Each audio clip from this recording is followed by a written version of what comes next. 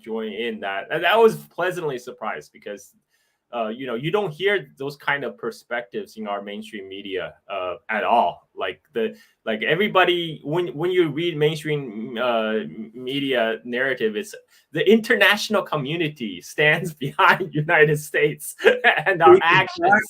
Exactly. For everybody tuning in, as you guys can see, I have a very, very special guest. A gentleman that I feel very honored to be able to sit down with, especially with trying to work out the schedules.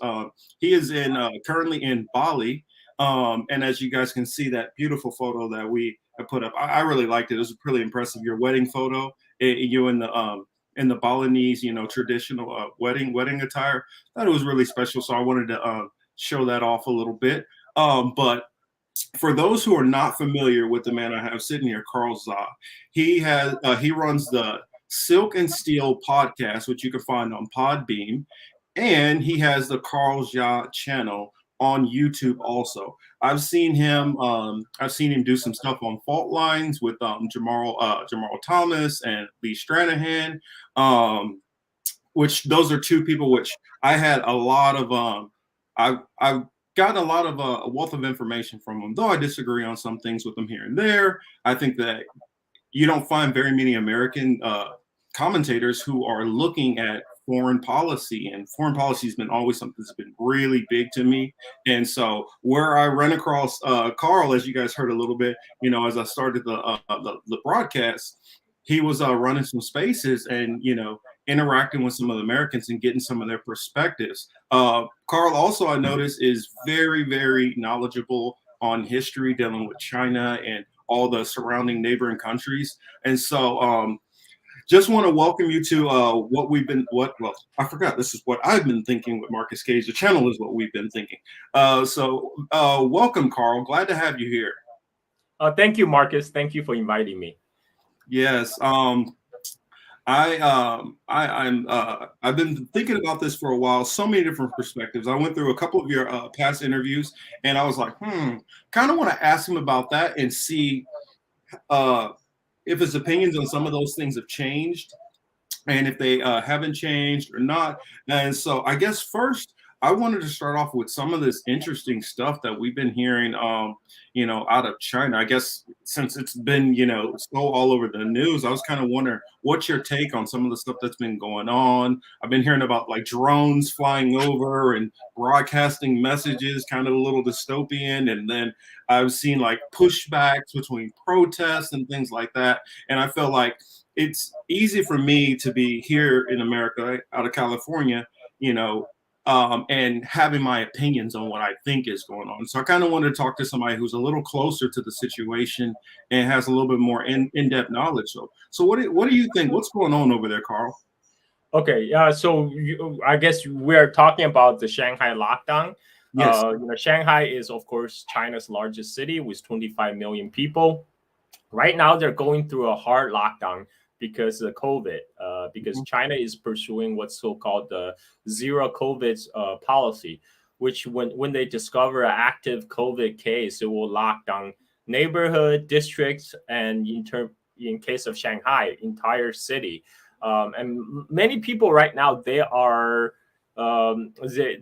cannot leave their residential compound, and some can't even leave their apartment. And until they receive kind of the clear signal, which we don't know yet. So this is causing a lot of frustration, obviously, because initially a lot of the Shanghai residents were told they were preparing for 4 days of lockdown. So some of them have prepared maybe like 4 days of supplies, but now the lockdown is already a month long, and the frustration is building up because people don't know how long this can go on.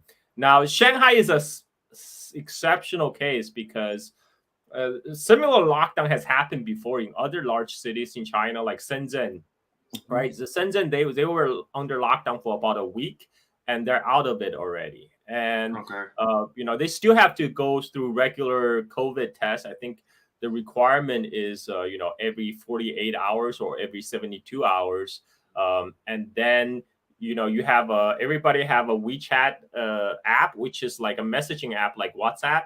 And on the WeChat app, you have like they have the QR code for your health code. If you receive your COVID test within 72 hours, you will show the QR code will show your health code is green. That allows you to travel, to go to supermarket, places like that. But in Shanghai, it's to everybody's surprise. I mean, I think there's a lot of fuck up on the local government level side. I mean, I don't think there's any denying that that's happening, because many people were expecting lockdown like in the mode of Shenzhen, like they got locked down for a week and they're out. But Shanghai right now, the COVID case is still climbing. I think the last time I heard, they have like 26,000 confirmed, 26,000 cases, but most of them are asymptomatic cases, which means that people have virus in their body, but they're not showing symptoms. And there are about like 300 to 400 people who actually do show the symptoms. And I think the reported death now is about, I think 4. But most of these are unvaccinated, elderly. Their like average age was like 80, 84, and all of them have pre-existing conditions. So right now there's a lot of frustration. I mean, I have friends who currently live in Shanghai right now, and there's a lot of frustration because they've been cooped up in their apartment for like a month now. Can't go out, and sometimes there's also a problem with supply, because the government is supposed to deliver food to people's doors. But that is happening at very uneven level. Some people are getting the supplies, but there's some people are not, because one friend I have in Shanghai, he said he got like he received one delivery like within the month, one food delivery like at the beginning of the lockdown, and then his company, Fortunately, his company also sent him a delivery just recently, so he's able to, they're not starving. But his complaint is also that originally they received the news notification for 4 days lockdown, so they shop for 4 days supplies, and now their supplies are running low. So there's a lot of uncertainty, a lot of frustration, and there's also, we saw videos like any screwed up things that happen in China, you will guarantee you'll be on the internet going viral. Everybody will see it.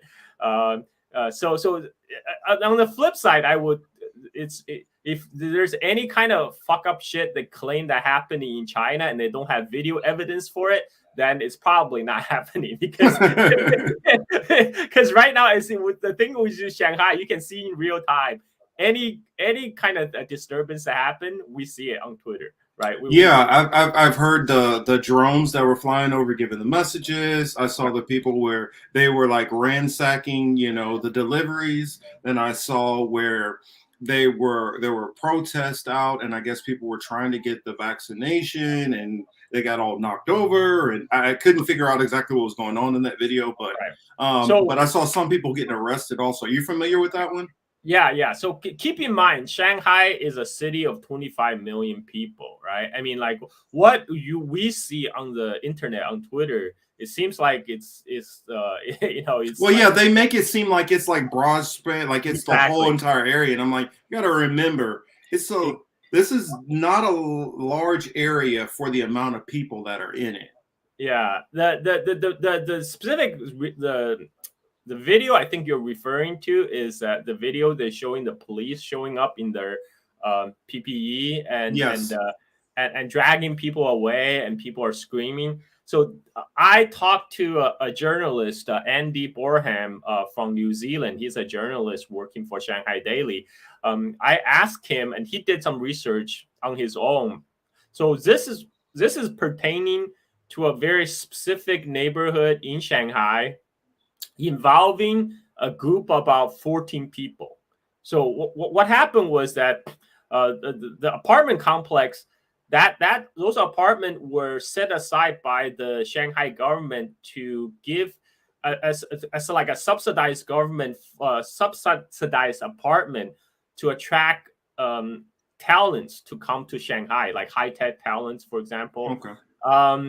And they decided, okay, these apartments are not have very few occupancies. We're gonna turn this area into quarantine centers. So they're relocating people out of their apartments to take them to another a place, so they can turn the apartment building into quarantine center.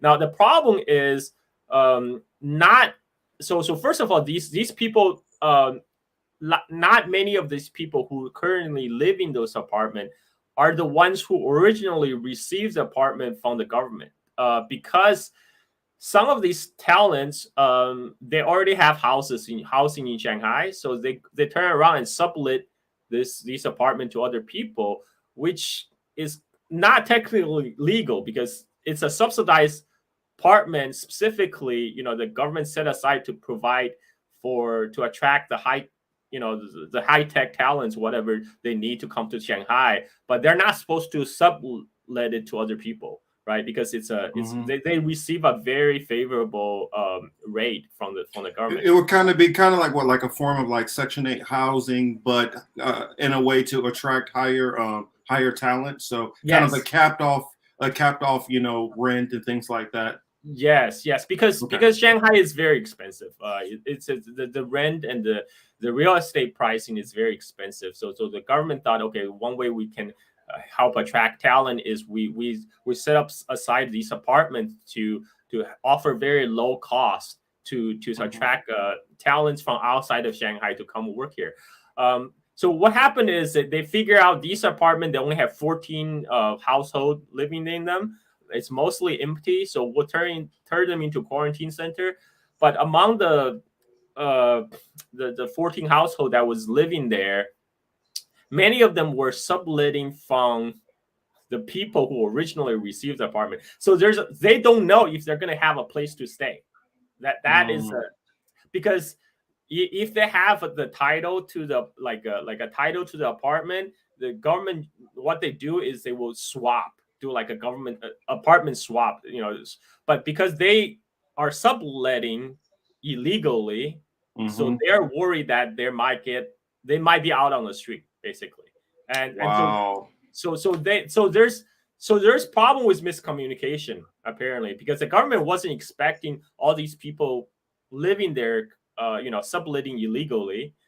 They just said, hey, we already have apartment set aside for you to trade. You just need to show your certificate, whatever. We'll take you to the other place. But these people are resisting because this is, they don't want to move out of their home because they don't know whether they're going to be provided with a apartment, because they originally they're in this apartment illegally. Now they don't know if they're going to get a place to live in the time of lockdown. So that's why this confrontation became very heated, because the people didn't want to go, and the police are under the orders to evacuate and turn the area into a quarantine zone. So that's what happened. It sounds a lot like the Israeli settlement issues that are going on almost. I had a quick question here. I noticed in the chat. I think I kind of know the answer to this, but I figure I'll ask anyway. I'll put it on the screen.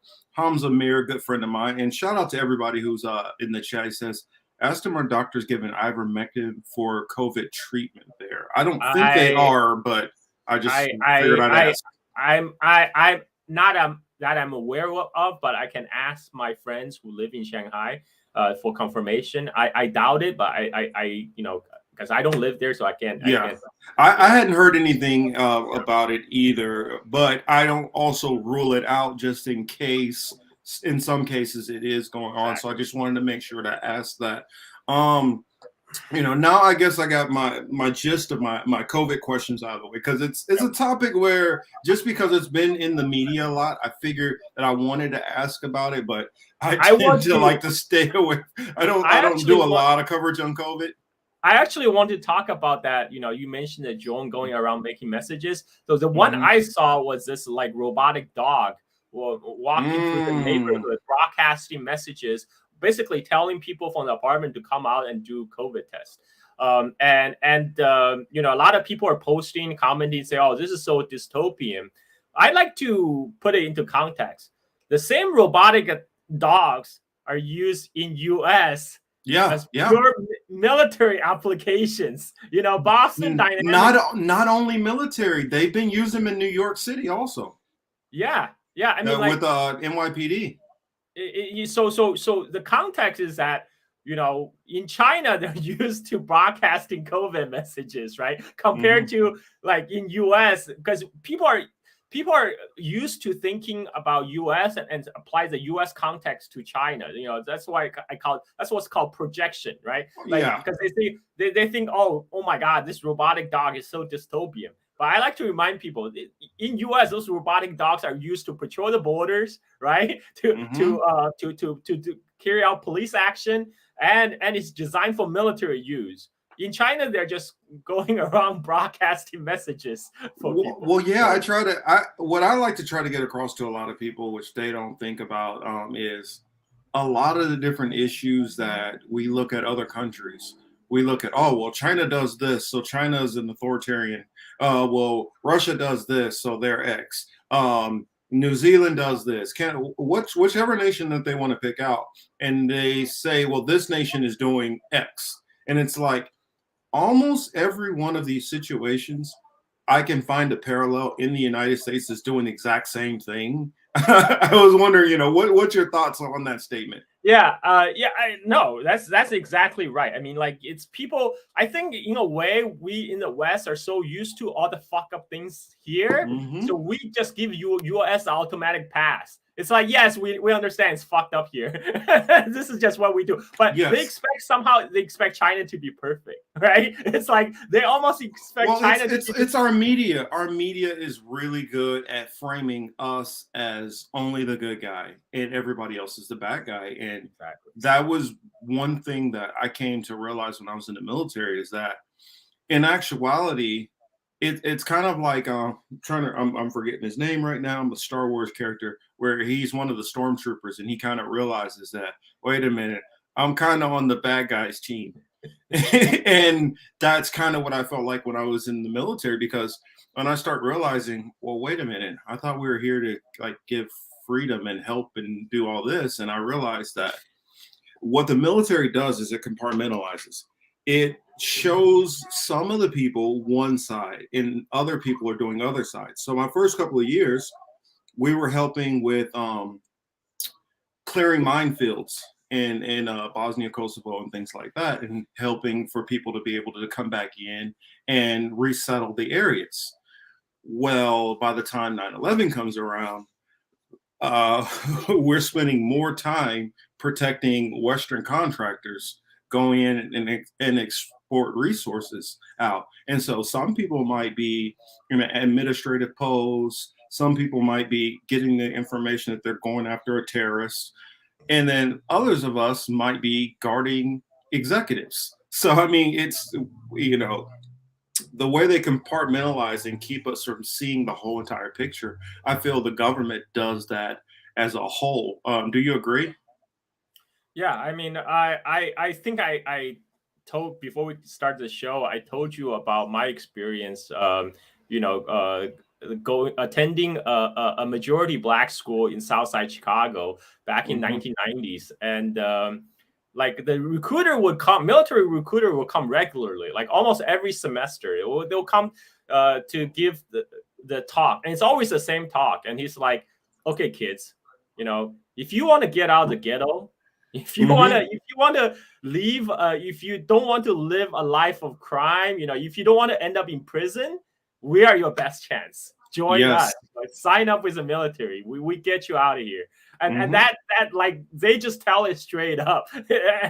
and yeah, I mean, that's how US functions. People kind of, I don't know, because sometimes we live in US, we're so immersed in all these fucked up shit. Sometimes we just kind of take it for granted. Oh, okay, yeah, it just happens. Yeah. Yeah, I've had people before say, well, and I've been kind of fighting this question back and forth with people who say, well, America's the greatest country. It's the greatest place you can live. And I'm like, Well, everything is perspective. If you find somebody beautiful or intelligent or stupid or whatever you want to say, everything is all perspective. And I'm like, from somebody who's lived overseas, I was stationed in Italy and in Spain, and then living in Puerto Rico also for a brief time, and then traveling like many countries. I wasn't fortunate enough to go to the Asian continent. Well, major Asia, but Turkey, it's technically Asia, but I didn't really get into like the heart of Asia, which I wanted to go to. So um, outside of that, I've gotten to see a lot of different things, and what I learned is every country and nation has their pros and cons, and it's easy to demonize one nation or prop up another nation, especially when you're ignorant of these other nations. Yeah, I agree. I was wondering, because there's been a lot heating up with this whole Ukraine and China. Russia and China, they've had these partnerships that they've been kind of working on, and I know China has been doing more outreach and partnerships with other nations. Some of it in the global South, some of it into parts of Africa. And I was wondering, like, what's some of your takes and perspectives, and on some of those different things which China has been doing as far as global partnerships and moves? Because I know China is not like the U.S. The U.S. and most of these Western countries, they're in 2-year, 4-year, 6-year increments and things like that. Whereas a nation like China thinks in much broader, time periods. I believe it's like 25 years that they do, like 25-year goals. You could correct me if I'm wrong, but just wondering, like, what's your take on like where China is now, where China's looking to go? I know that they've said economically that they are looking to push to be, to no longer be kind of beneath the U.S. and they're looking at the multi-hegemonic world instead of the United States being, the sole hegemony. So I was wondering, like, all of that. I know it was a big, long question, but what do you think? So China actually have good relationship with both Russia and Ukraine, right?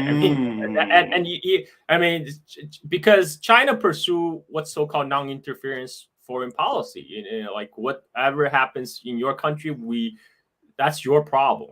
Like that's for your people to deal with. Which is quite different from the U.S. interventionist policy, all right? Because we're always ready to exporting democracy everywhere. The U.S., I look at how I say it. Sorry to interrupt, but the U.S. I see is the Karen of the world. It's in every single body's business. Yep, and it's the thing is, I think before it was some kind of evangelical zeal back in the late 19th century and early 20th century, because we just want to go out and convert everybody to Christianity. Now, instead of Christianity, our religion is like freedom and democracy. Don't forget capitalism.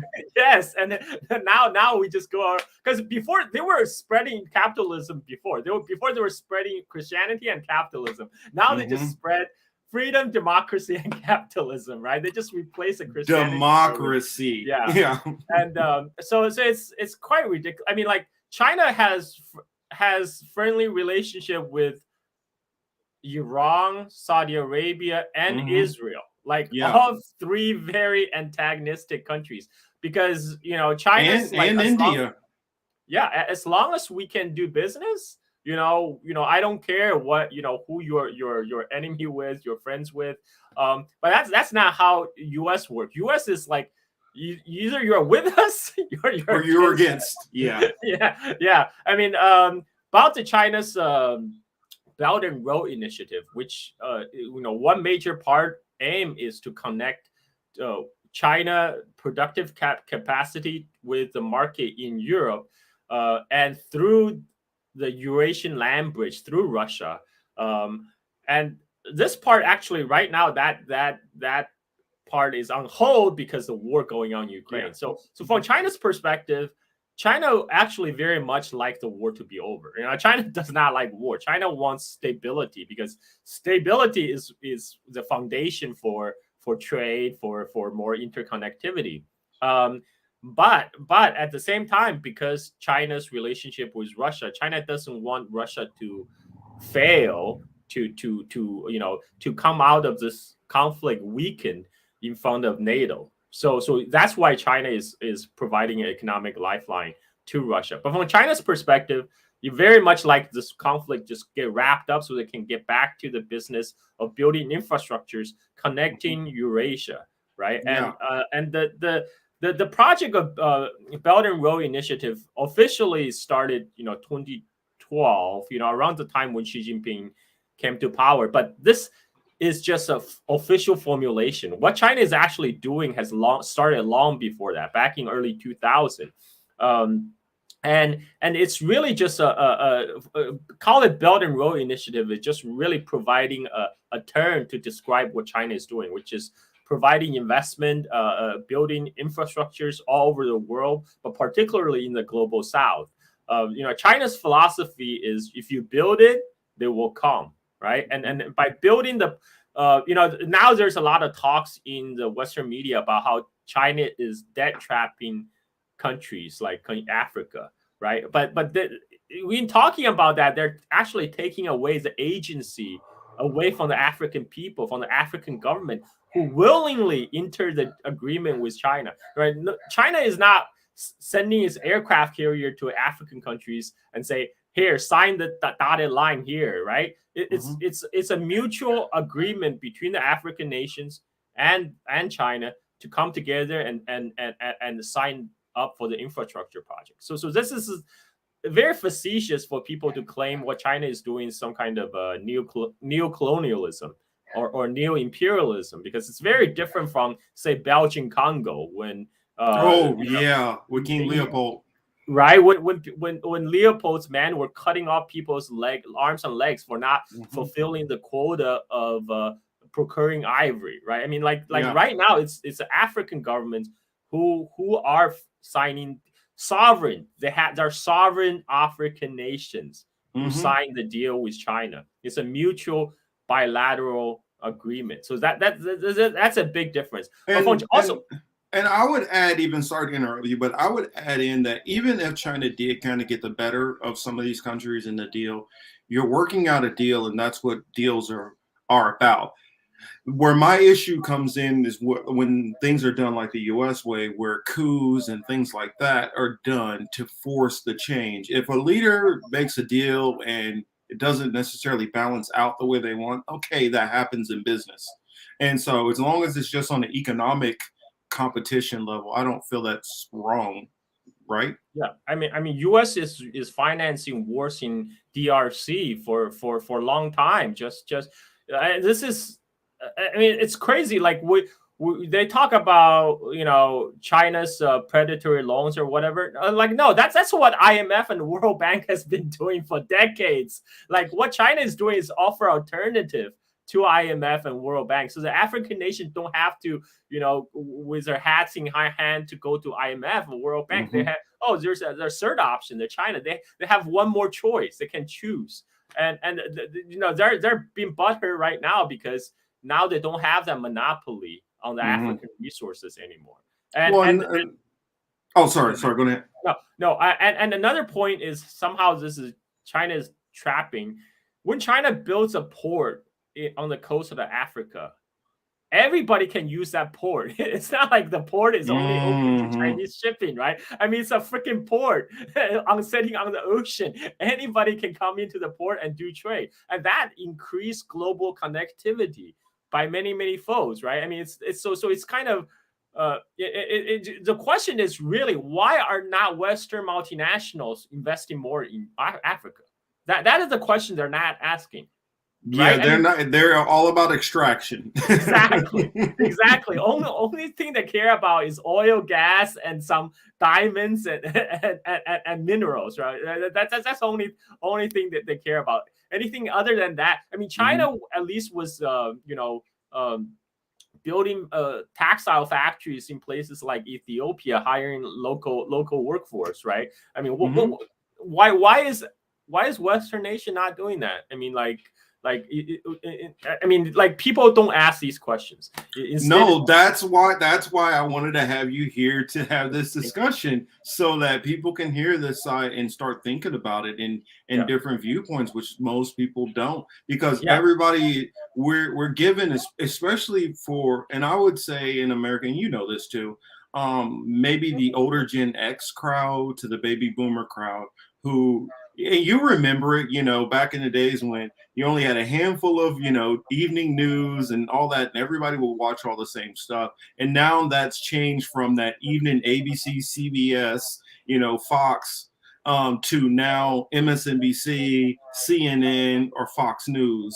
And even though they say they don't trust these networks, their behavior and their thought patterns show something different. it's really weird because like when it comes to domestic politics, right? We like the U.S. is very polarized. The Democrats say, oh, Fox News, this bullshit, and the conservatives like, oh yeah, like CNN, these are all like fake news.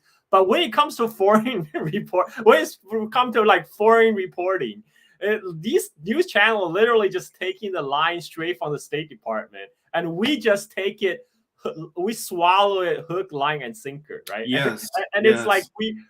you don't, and even for some of the leftists in U.S., they have learned to distrust U.S. mainstream media in reporting about Latin America, for example, on Cuba, Venezuela, Mhm. Bolivia, right? But then they still believe what U.S. media, everything it says about China, right? Like it's like this weird disconnect. I mean, I can understand because there's people are maybe more familiar with Latin America. There's a degree of familiarity. You kind of understand the context more, and because there's so much ignorance about China, people, unless they're get their news, they go on the internet and actively search out alternative voices, they won't know anything about China. If you live in US, you live in like this bubble, like Well, it's the information. same. It's the same thing that we say about what's going on in Russia. Yeah, I mean, I myself personally dig for information, so I would say I'm different than some other people because I'm constantly seeking this out. But even though I seek it out, it's still hard for me to even find stuff, and I'm looking for it. I mean, how is it for people who aren't looking for it? Had a question here, I guess in the chat that I figured, I'll go ahead and ask this. It says, he wanted me to ask you about China's relationship with World Economic Forum. Now, of course, I have my opinions, but I'll let you lay out what you think. okay. Well, China has benefited from globalization because Hmm. I witnessed that happening. I'm a later tail end of Gen X, right? So I was born in 1976. When I grew up in China, I was born in China in 1976, 1 month after Mao died. When I was a child, China was still a very, very poor country, and I still remember, 1980. That was a time when my mom used her lifetime saving to buy her parents, my grandparents, a black and white television. And that was the only television in the neighborhood. So all the neighborhood kids will come to Wow. my grandma's house to watch TV. That was 1980. And then and in early 80s, China couldn't even produce its own color TV or fridge. Everything has to be imported. Back in the early 80s, China is in many ways typical global South nation. It exported raw resources, commodities, and received imported manufactured goods. So China back then was an oil exporter. It exported crude oil to Japan and import everything from chemical fertilizer to transistor radio. Like I remember back in 80 was really cool hip thing to score a Japanese made radio. and Wow. yeah, and my parents we and back then everything was on ration, like rationing still exists. The government issue you ration that allow you to buy a meat rice, flour, even clothes. And me as a 13-year-old in China, as a teenage boy, I had more rice ration allotment than rest of my family because I'm a growing adolescent, and so the ration was a thing until up till late 80s, just before I left China, and it's only in the like early 80s they allowed what's called the farmers market, or they call it the free market back in China, but it's really equivalent of farmers market in US, and now the US media would call it the wet market. So the farmers will come from countryside and bring their produce directly selling to the urban residents, whereas before that you have to go to government stores to purchase these goods. So in those farmers market, that the price is not fixed. It's not fixed by the government, and you have to haggle. And that was my favorite thing as a child, to go with my grandma to go to this market and see live chicken and stuff like that. But so China went through a lot of changes. Remember in 1986, again 1980, because my dad came to United States in 1985. He was the first generation Chinese students after Cultural Revolution to come to US to study. So he sent back his savings to China that allowed my mom to exchange the US dollar for, back then called the foreign exchange certificate.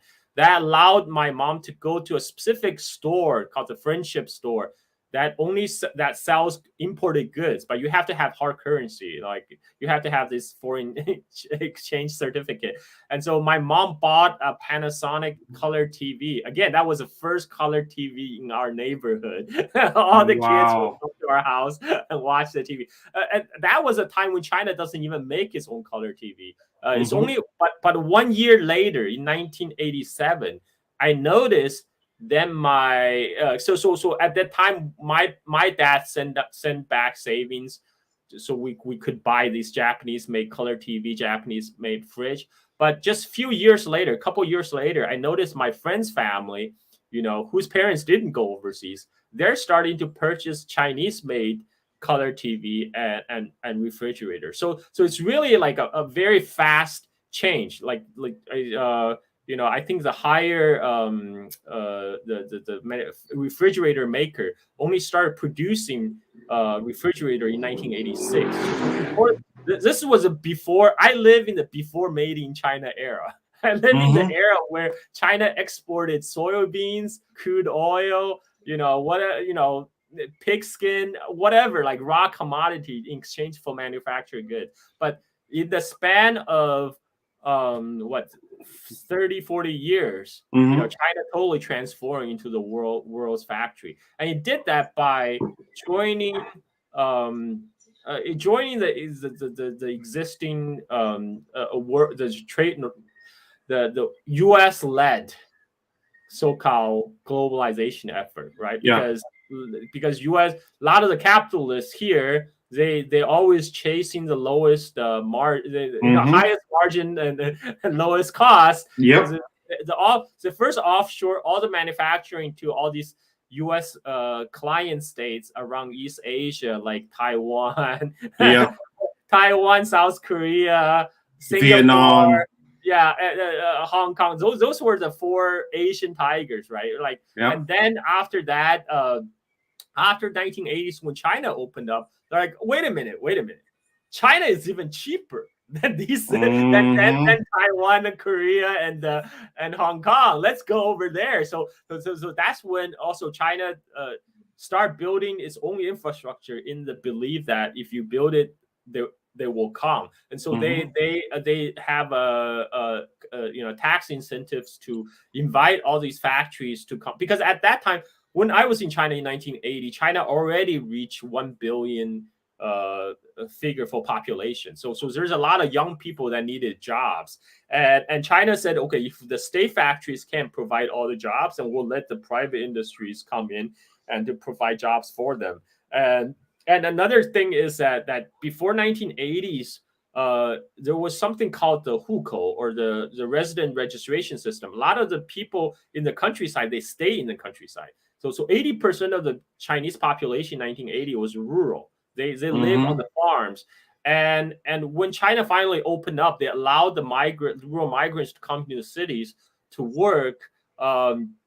And that's when it kind of started this whole urbanization drive. And then China decided, okay, we're just going to build out more cities. They're going to build out infrastructure. Because my dad's hometown, Hainan in Zhejiang, when I left in 1990, I remember the tallest building in town was this the only 3-story building that was like a Bank of China building, but doubled up as a post office, and a whole bunch of other government building. But when I returned in 2001, I was very shocked to discover it's now a medium-sized city. I'm like, where did all these people come from? Yeah. And then I start hearing, because my dad's hometown is on the east coast of China. It's about 45 minutes south of Shanghai. But on the street, I start hearing people speaking Sichuanese, which is the dialect from versus what. And what in your father's region, was it Mandarin? No, in father's region they speak the Wu language, which is okay. The Shanghainese is part of the Wu language family. So their language is very close to the Shanghainese. It's mutually intelligible, and because they're only 45 minutes south of Shanghai, and but by my dad's my dad's generation, everybody has been educated in Mandarin in school. So when I was growing up in China, we would speak Mandarin in class, but outside the class, of course, we speak our own local languages. And I grew up in my mother's city, which is on the southwest part of China. We speak a different language, and they speak we speak Sichuanese. And so in my father's city, I start hearing like my mother tongue is spoken everywhere. So I realized, okay, that click. All these rural migrants are now coming. Moving over here now. Yes, and these cities start to, and China had this urbanization plan to basically build out more cities to host, like the majority of the rural population back then was 800 million people, to move to these new cities to spur on like the industrialization and commercialization and urbanization of China. And that was a success. So this is how China was able to progress in the last 40 years. It leveraged on the fact that these Western capitalists, they will come, they will chase the lowest cost. They will come because China had a lot of high-skilled labor, highly educated labor, because Mao, after Mao's that's China, true. They before communist victory, China literacy was very low. It was about like 10%. 90% of people were illiterate, but by 1980s, when I was born, the literacy was already 90%. So the Western multinational come to this place with highly educated, with a well-educated populace, but very low wages, right? So that's what they want. They just care about low wages. I mean, it makes sense. It benefits them if you can get, very educated workforce for very, very low price. I mean, as a businessman, that's, especially as a capitalist, that's almost like irresistible, Yeah. That's why from 1990s to, I say, 2010s in United States, there's two opinions about China. There's a pro-containment camp, which mostly backed by Pentagon and the military industrial complex, and there's a pro-engagement camp. And the pro-engagement camp was basically the U.S. business lobby, because they want to go make money in China. They want to go take advantage of this cheap labor and then maybe sell to the Chinese, because it's a potentially huge market. But what has changed in the last 5 years is that China has built up to the point where now the U.S. businesses felt that they're being threatened by the Chinese competition. Yes. So they're like, okay, maybe it was a mistake. Like, we were fine with you building up, but you're building a little up too much. Yeah, You're maybe getting it was a you're getting mistake. you're getting too big for your britches now. Exactly. So that's why now we see at the U.S. elite level, kind of the Cold War rhetoric against China is almost bipartisan. Both Democrats and Republicans, they're out competing with each other to see who is more tougher on China, right? But the experience, what I was trying to explain, I take a long way to get here, is that the Chinese experience with globalization is very different from, say, American experience and other developed world experience. Because in America, what we have is hollowing out of manufacturing sector. Yeah. Right. We got all these offsourced in which that adds to what you were talking about, that dichotomy of some people taking a very anti-China approach and some people taking a pro-China approach. Because if you're just a worker and you're like, well, my job is gone, that's all you think about and see. You don't really care that it's helping plenty of people being impoverished who are coming out of poverty and a nation being lifted up.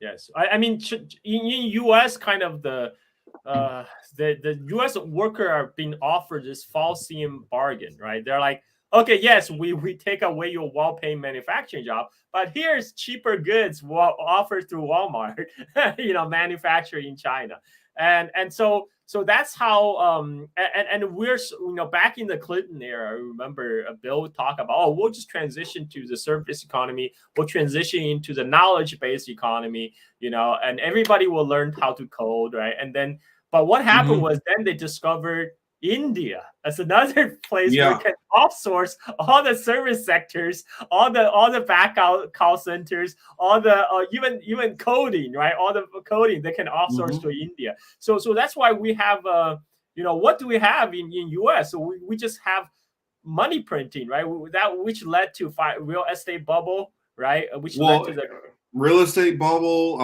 the supply chain issues. So I mean, a lot of issues. I mean, I just want to throw this little tidbit in because I remember when you would see images of China and it was mostly rural. And I remember only a few decades later watching it start to have skyscrapers all over the place. Yeah. And I don't know, you might remember this or not. Do you remember the Nelson Atkins Museum? It was one of the major museums in Kansas City. It's all right if you don't. I've been there once. With the big birdies out in the lawn. Yeah.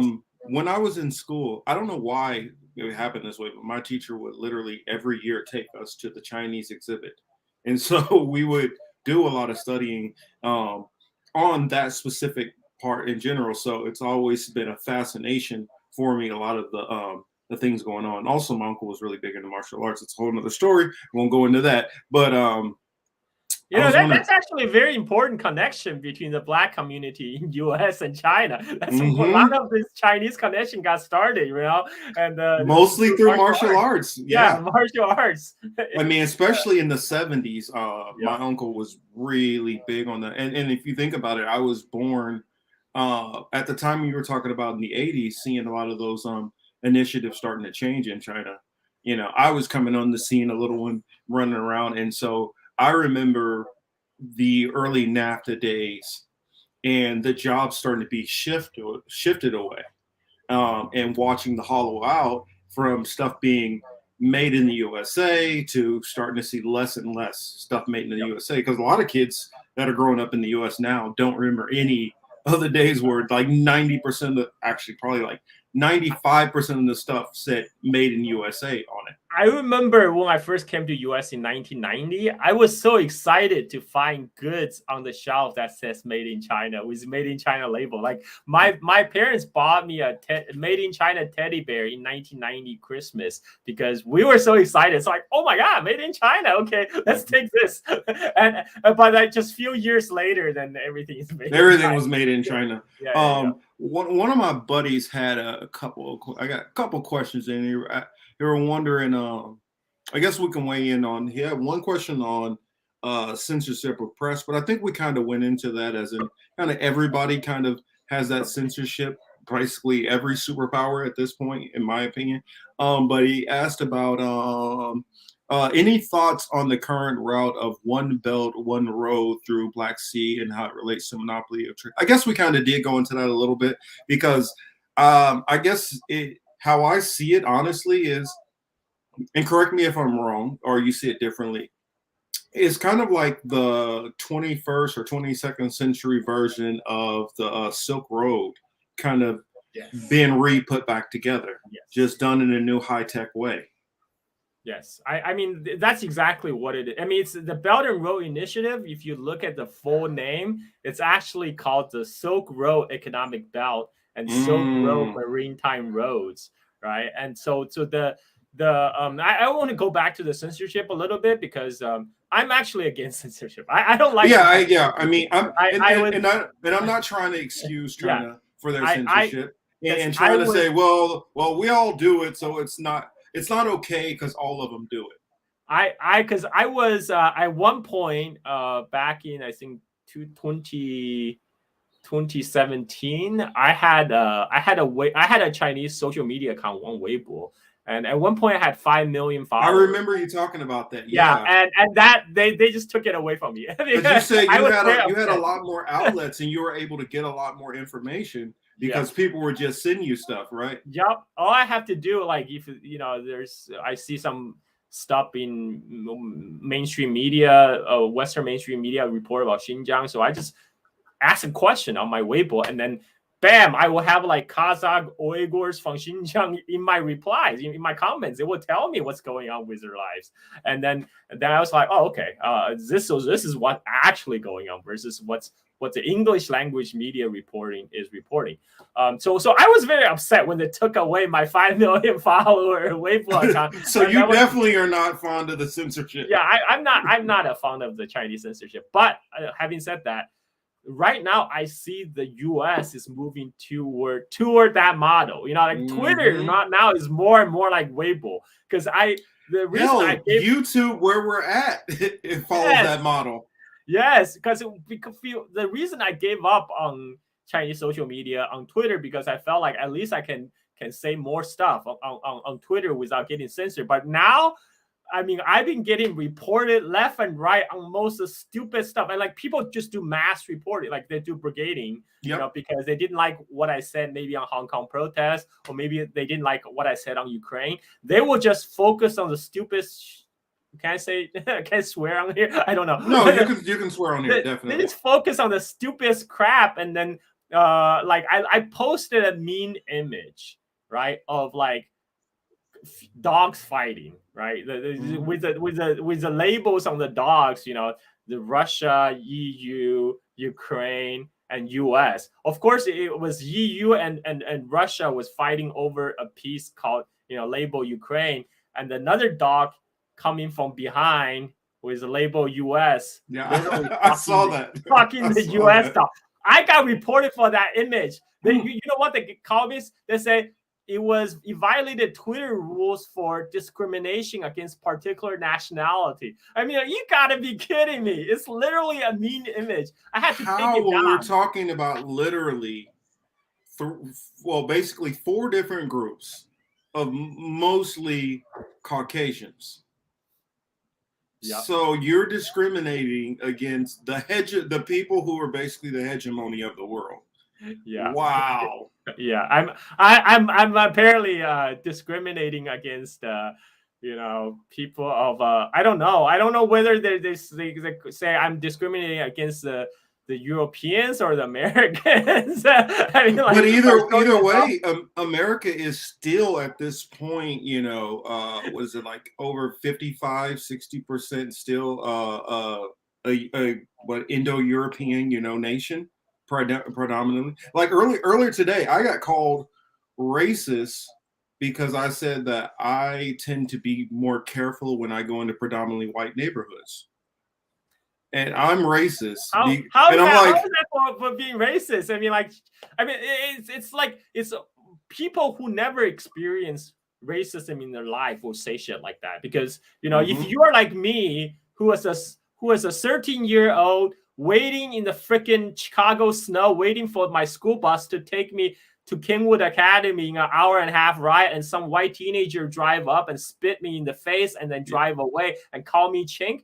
Yeah, you would understand, what racism is in United States. But these people who grow up in white suburbs, like who never have to deal with that all their life, probably because they're white, they were like, who are you to talk about race? Like, yes, I'm very qualified to talk about racism because I've been target of it. Or they tell you that you're or they mock you like you're making it up and like you're over exaggerating things. And I know, especially if you were coming to the U.S. at that time, there definitely had to be. People don't realize. You go back a good 20 years, things were much worse on the racial front and a lot more brutal. Very open. They're still open. Like, see what happened was the political correctness drove all the racism underground, right? They didn't go away. The racism didn't go away. It never went away. They just don't bring up in the polite conversation anymore. But you know these guys, they still behind, in our circles, they still talk shit about us. Oh yeah. I had another question here. Let's see. Hamza was asking, I guess a statement, and I guess I'll let you push back and what you think. And by the way, everybody, he lives in Bali. He's not living in China, so he's not responsible for everything that China does or doesn't do. He's just somebody who follows it, and I feel is very qualified to speak on it and give us an inside perspective. So I'm not the Chinese government spokesperson. Yes, that's what I want to say. He says China is taking part of India, Kashmir. What are your thoughts on India and Kashmir and that take? Okay, so first of all, Kashmir is a disputed territory. It's just a disputed territory as defined in United Nations, right? If you go look up a UN resolution on Kashmir, it will specify Kashmir is a disputed territory.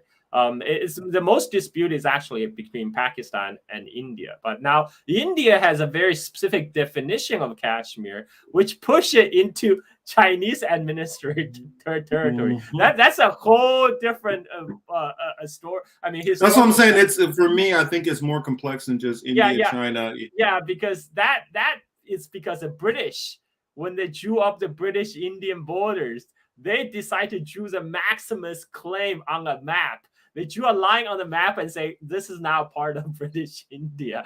And when they actually never even send troops or control that part. And of course, China would not recognize that. It's like, what? You just drew a line on the border, expect me to respect that? Hell no. So this is a problem resulting from colonialism. It's a legacy of literally result of colonialism. You can go look up. If you want to understand the problem between China and India border issues, there's a great book by I think Neville Maxwell called India's China War, and he was a journalist who was based in India, and he had access to the secret Indian military report that was compiled after the war, which Indian government still refused to to open to the public. But because he obtained the secret document, he had a lot of material to work with when he write his book. Let me make sure I got his name right.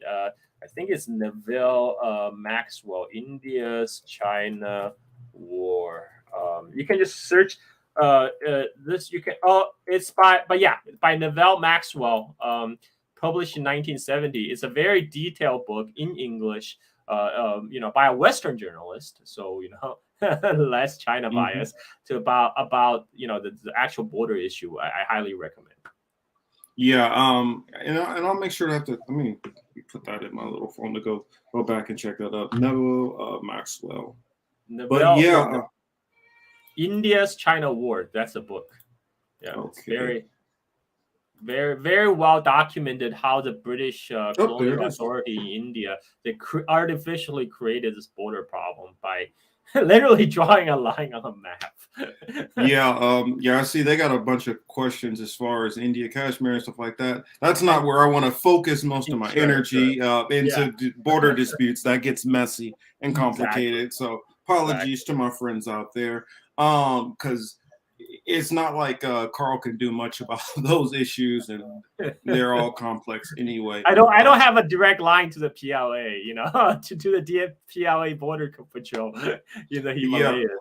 Well, speaking of another border dispute, because I kind of, when it gets to the point when it looks like it's going to be possible hot war, that's when it starts to get my antennas up, and I actually want to start focusing in on it, because then it starts to get to a different level. What are some of your thoughts on Taiwan?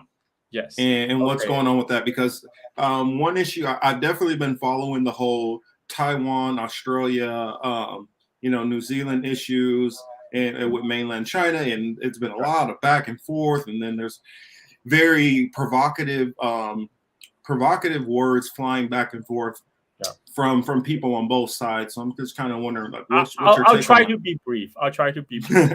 So Taiwan Island. Well, I'll say you can go as long as you need. Okay. It's just a matter of how much time you have, because I have plenty of time. We can. Okay. Cool.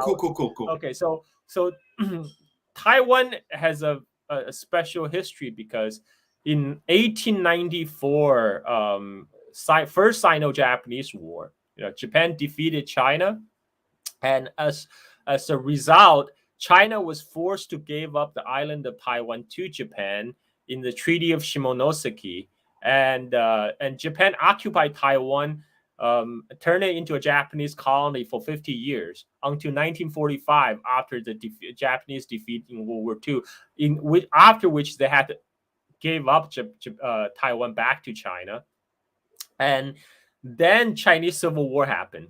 The communist victory on mainland China drove the nationalist government of Chiang Kai-shek to Taiwan Island, and then in 1950, just before Mao ordered PLA to cross Taiwan Strait to liberate Taiwan, United States in June 1950, the Korean War broke out. And then United States suddenly decided, okay, this is a war against communism, so we got to protect Chiang Kai-shek regime on Taiwan from the communists. They're sending the 7th Fleet into Taiwan Strait. China at that time didn't have a navy, so there's nothing they could do. They couldn't send PLA across Taiwan Strait anymore to take Taiwan. And from 1949 to 1945 to 1987, Taiwan was ruled as a military dictatorship. Martial law wasn't lifted in Taiwan until 1987, right? And there's something called the White Terror on Taiwan. Anybody who is suspected of communist sympathies and being a communist, you get killed and you get jailed, right? And that's how they killed off all the real leftists on Taiwan. So after that, what opposition left on Taiwan is the kind of the petit bourgeois opposition to the Chiang Kai-shek, Chiang Kai-shek already died by 1987, but Chiang Kai-shek's son, to the KMT regime on Taiwan. So in 1996, that's when Taiwan held its first election. This is kind of the wave of so-called democratization happened, occur around the end of the Cold War, when places from Taiwan to South Korea finally transitioned from military dictatorship to an electoral liberal democracy, so to speak. But what happened is that Taiwan has never been recognized by any country as an independent country. There's about like handful of 10 nations in the world that recognize the government on Taiwan as Republic of China, right? So that's kind of holdover from the Chiang Kai-shek's fleeing from mainland to Taiwan. So the official name on Taiwan is still Republic of China. But the any country who established relationship with People's Republic of China, whose capital in Beijing, is they have to agree to the condition that there's only one China, and then the PRC is the sole legitimate government of China. So even United States does not recognize the government on Taiwan. It does not recognize Taiwan's independent stature. No government in the world recognize Taiwan's independent stature. The few countries that recognize the government in Taiwan recognize it as Republic of China. So this is a legal situation. Now covering the historical and legal ground, China is not in a hurry to force the issue on Taiwan right now, because time is on China's side. Like I explained, there's tremendous changes happen in China in the last 40 years. The most tense period in the cross-strait relationship was actually 1958, when hundreds of thousands of artillery shells were exchanged between PLA and the offshore island of Kinmen, which is controlled by the KMT forces. During that time, United States had a plan that if PLA crossed the waters to invade Kinmen, United States would use nuclear weapon on mainland China. This was revealed just last year by Ellsberg. Like the guy. Yeah, he finally. Daniel Ellsberg. Yeah, Daniel Ellsberg finally came out and reveals this very interesting history. In 1958, U.S. was prepared to use nuclear weapon on mainland China. I guess where they stationed those nuclear weapons. The station on Taiwan. The U.S. had nuclear warheads and nuclear tipped missile stationed in Taiwan from 1958 until 1970s. U.S. at one point during the Vietnam War, U.S. stationed total of 30,000 U.S. military personnel on Taiwan. Right, and Taiwan basically became another U.S. military colony, just like Okinawa. Or the Philippines, and many others. Yeah. Yes. And then as a result of Nixon's visit to China, they come to a deal. They signed what's so-called Shanghai Communique between PRC government and U.S., where U.S. agreed that there's only one China. And then U.S. start pulling its military force. Finally, by 1979, by the time U.S. and China formally formalized their diplomatic relations, all the U.S. military personnel were pulled back. But Trump tried to reverse that. During the Trump administration, they sent in some U.S. Marines, a handful of U.S. Marines in Taiwan, ostensibly to protect the U.S. diplomatic compound. The U.S. don't have a formal diplomatic ties with Taiwan, but they have this kind of called the U.S. Taiwan relation office. Like it's a de facto embassy. So they claim because it's a de facto embassy, so we need to send in the Marines. Let's say what it really is. It's basically a safe house for American forces, i.e., CIA and State Department, to run amok into Asia and be able to run covert missions and then have a safe spot to run back to. Exactly. I mean, the problem with U.S.-China tension, I mean, you can go back as long as 2001, just before 9/11. I don't even know if people still remember the Hainan spy plane incident. Yes, I remember it. Rumsfeld, when Donald Rumsfeld, he ordered increased surveillance plane flight around Chinese to buzzing the Chinese coast. So what that led to was increased confrontation. And finally, there was a collision between a U.S. spy plane and a Chinese MiG fighter. And the Chinese MiG fighter went down, and the U.S. spy plane did a forced landing on the Chinese island of Hainan. And then U.S. made a huge deal in the mainstream media, claiming they're somehow held hostage, and like even the crew said they've been treated well. And then they complained that China wouldn't let them fly the planes back. Eventually, they have to chop the planes into pieces and ship back to U.S. But like, first of all, why are you flying spy planes in China in the first place? but that was turned around in the U.S. Media. Well, that's what the U.S. does. The U.S. says, well, we're going to fly planes over your area and spy on you, but it's not allowed for you to do that to us. Yes, because that's what they got all ticked off, and they've recently been talking about that with Russia. And I'm like, aren't you guys the same one that were flying the U-2 planes over Cuba back during the Cuban Missile Crisis because you guys were worried about Russia being involved, and that's what led to the what 50, 60 years of sanctions that went on that nation now? Yeah, and then also during the Korean War, U.S. drew up this so-called air defense identification zones around Japan, South Korea, and Taiwan. Mm-hmm. And people can Google search air self defense identification zones for Taiwan. You'll look at the map and you will laugh because half of that zone is over the landmass of mainland China. Yes. And so when you hear in the U.S. media like since last year about Chinese fighter jets violating the the Taiwanese airspace, they're actually talking about Chinese aircraft flying over the air self-identification zone, right? Whenever that happens, I just show the map. I just post a map of the air identification zone. Well, yeah, it goes into like what everybody always talks about, how they're like, well, China is doing this or Russia is doing this. It's like, okay, but is anybody focusing on what they're doing? It's kind of like, if you watch NBA and like they call a foul on somebody and it's like you don't see what the guy before actually did.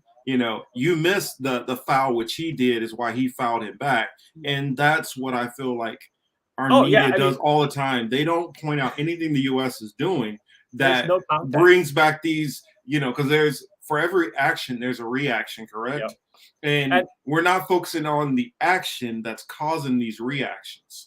And also the reporting in U.S. make it sounds like Chinese fighter jet is flying directly over the Taipei or something, but that's not happening. If you actually, people can follow the Taiwan Defense Ministry Twitter account. They post every PLA flight path, so-called intrusion into Taiwan's air self identification zone and the air defense self-identification zone, ADIZ. And you will see the PLA flight is flying closer to the Chinese mainland than anywhere near the island of Taiwan. This is what people in U.S. are up in arms about Chinese fighter jet flying around Chinese coast. This is why we are getting so upset and so self-righteous about, and when they talk about U.S. spy planes, they're like, we are operating in the international airspace. But isn't this almost the same situation? Yes. That Russia-Ukraine situation. Yes. This is almost virtually the same thing going on, right? Having said that, of course, China know what it's doing when it send its jets to fly into the Taiwan ADIZ zone. It's to send a signal. It's not to send a signal to Taiwan because they understand the relationship, the cross-strait relationship it's not really a problem between mainland China and Taiwan. It's really a problem between U.S. and China. Yeah, these are all proxy wars. Yes. They're sending the signal to U.S. because what U.S. is doing, remember, Nancy Pelosi was claiming that she's going to visit Taiwan, which will make like the highest That's not a good idea. Yeah, that will make the highest level U.S. official visit to Taiwan since 1970. With Nixon, right? Yeah, since Nixon visit to China, they have stopped that. And Nancy Pelosi said, "Oh, I'm gonna go." What is she gonna do there? And of course, China protested, and that next day, Nancy Pelosi announced that she has COVID. Yes. so very conveniently, she has COVID. So, but I guess to for a face-saving measure, it's like, damn it, COVID came up, so I guess I can't do it now. Yeah. So now she is saying she's negative now, but she's not resuming her trip to Taiwan. Oh yeah, and that should be the question. Okay, so if it was COVID, why aren't you reassuming that position? I mean, why aren't you going to go on ahead and do that trip? I mean, this reminds me of also something kind of off topic, but Martin Luther King, when he was going to go to the Holy Land and go into the Levant, he canceled his trip to go there, and he was going to take over 200 of his congregation with him. Once that trip got canceled because of the 6-Day War, he never reassumed that trip.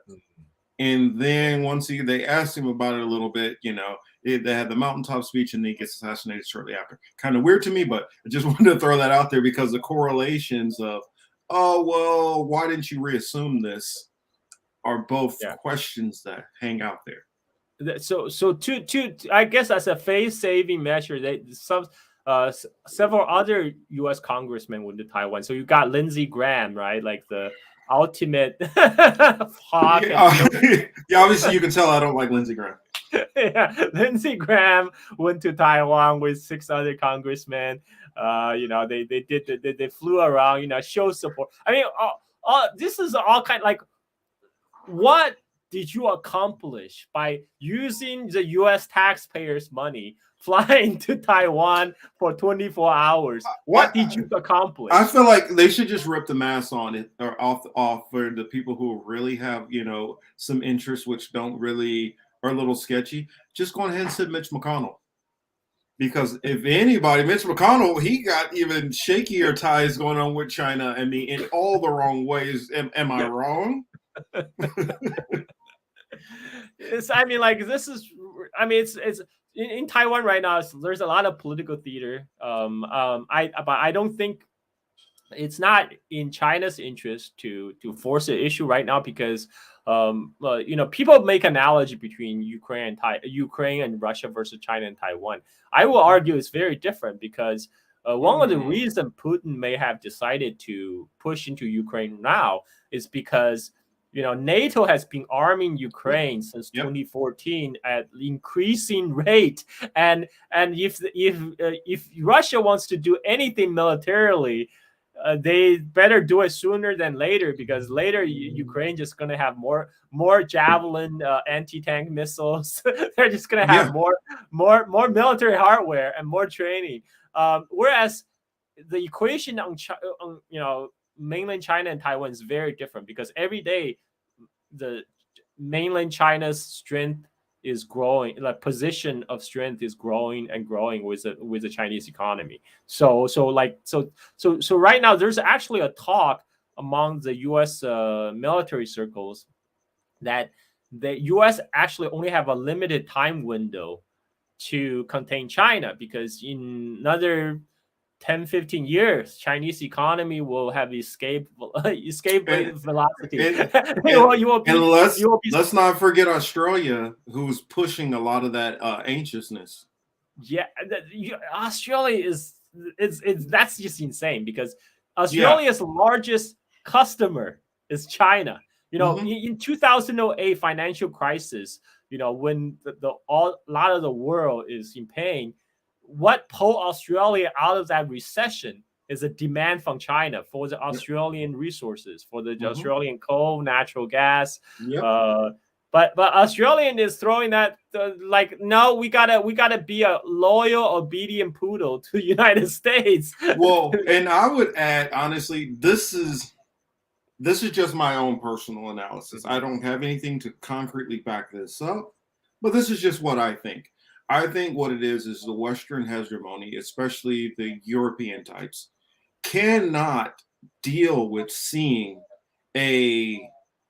let's say a non-white nation start to balance themselves and be equal, or even rise above them economically. And I think that's what's pushing a lot of this. And let's just call it for what it is. I see it as a form of white supremacy. On a nationalistic level.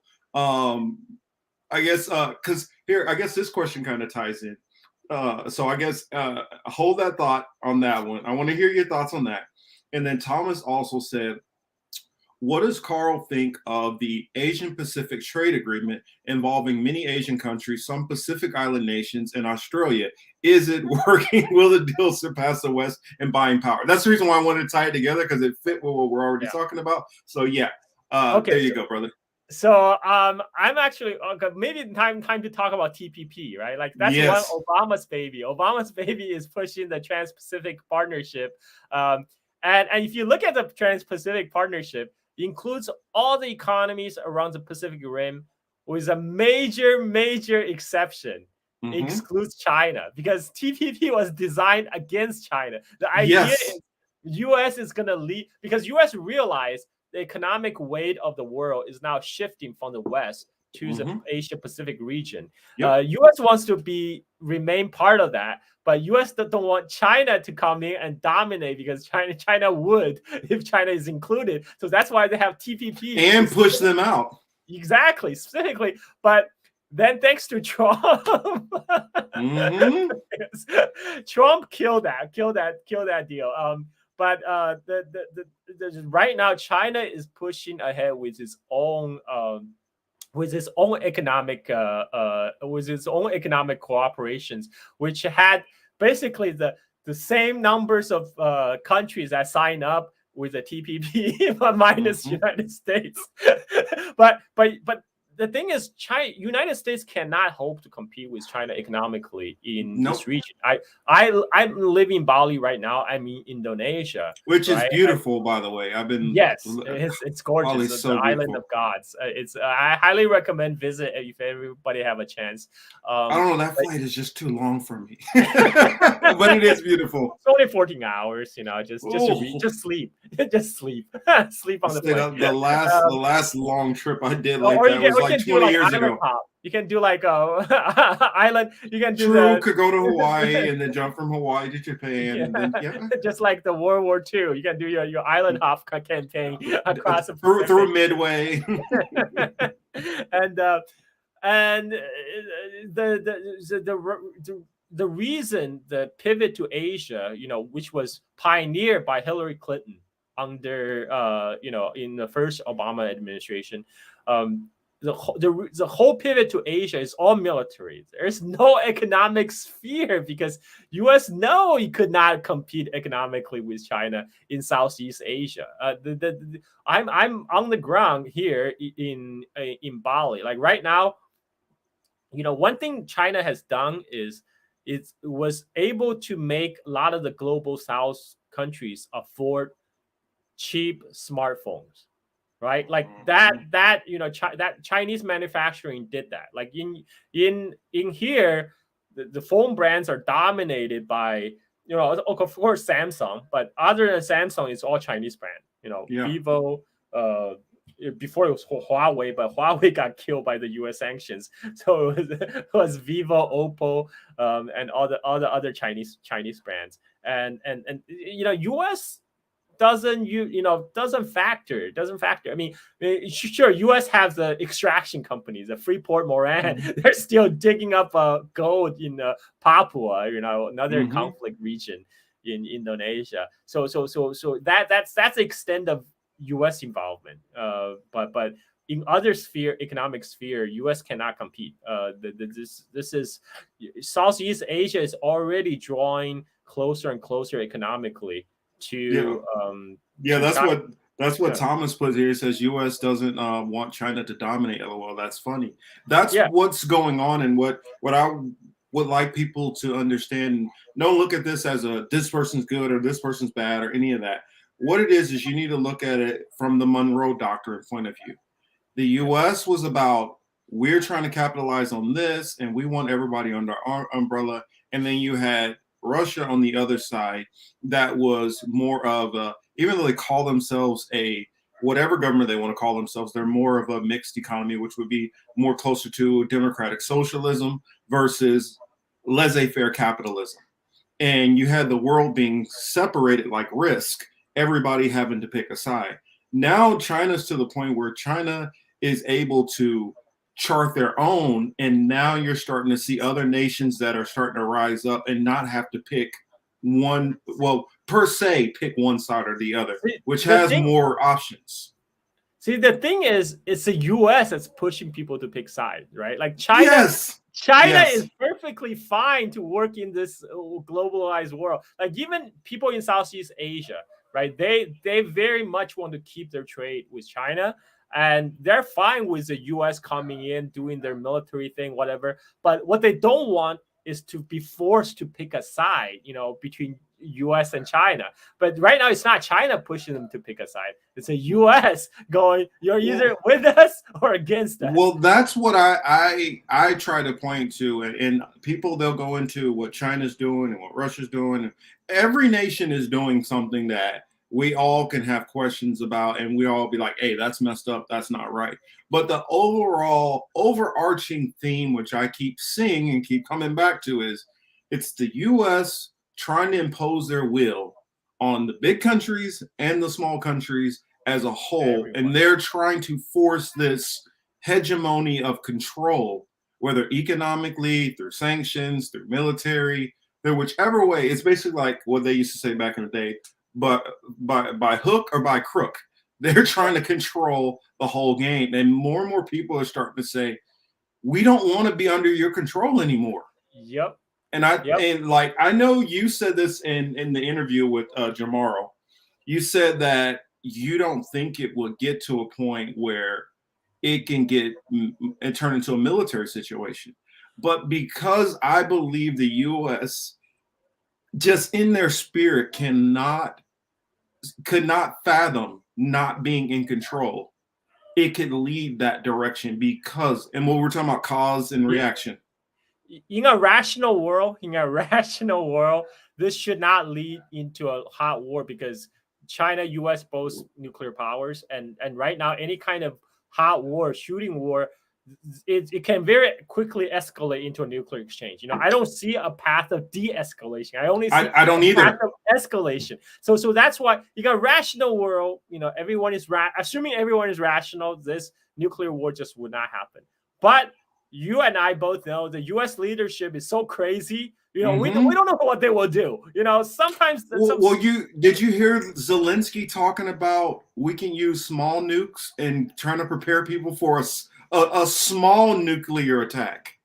The U.S. military has been talking about that, using tactical nuclear weapons in a potential war with China over Taiwan, right? Like it's like, it's only a tactical nuclear weapon. We only wipe out a small city. You shouldn't be too upset about it. Yeah, right?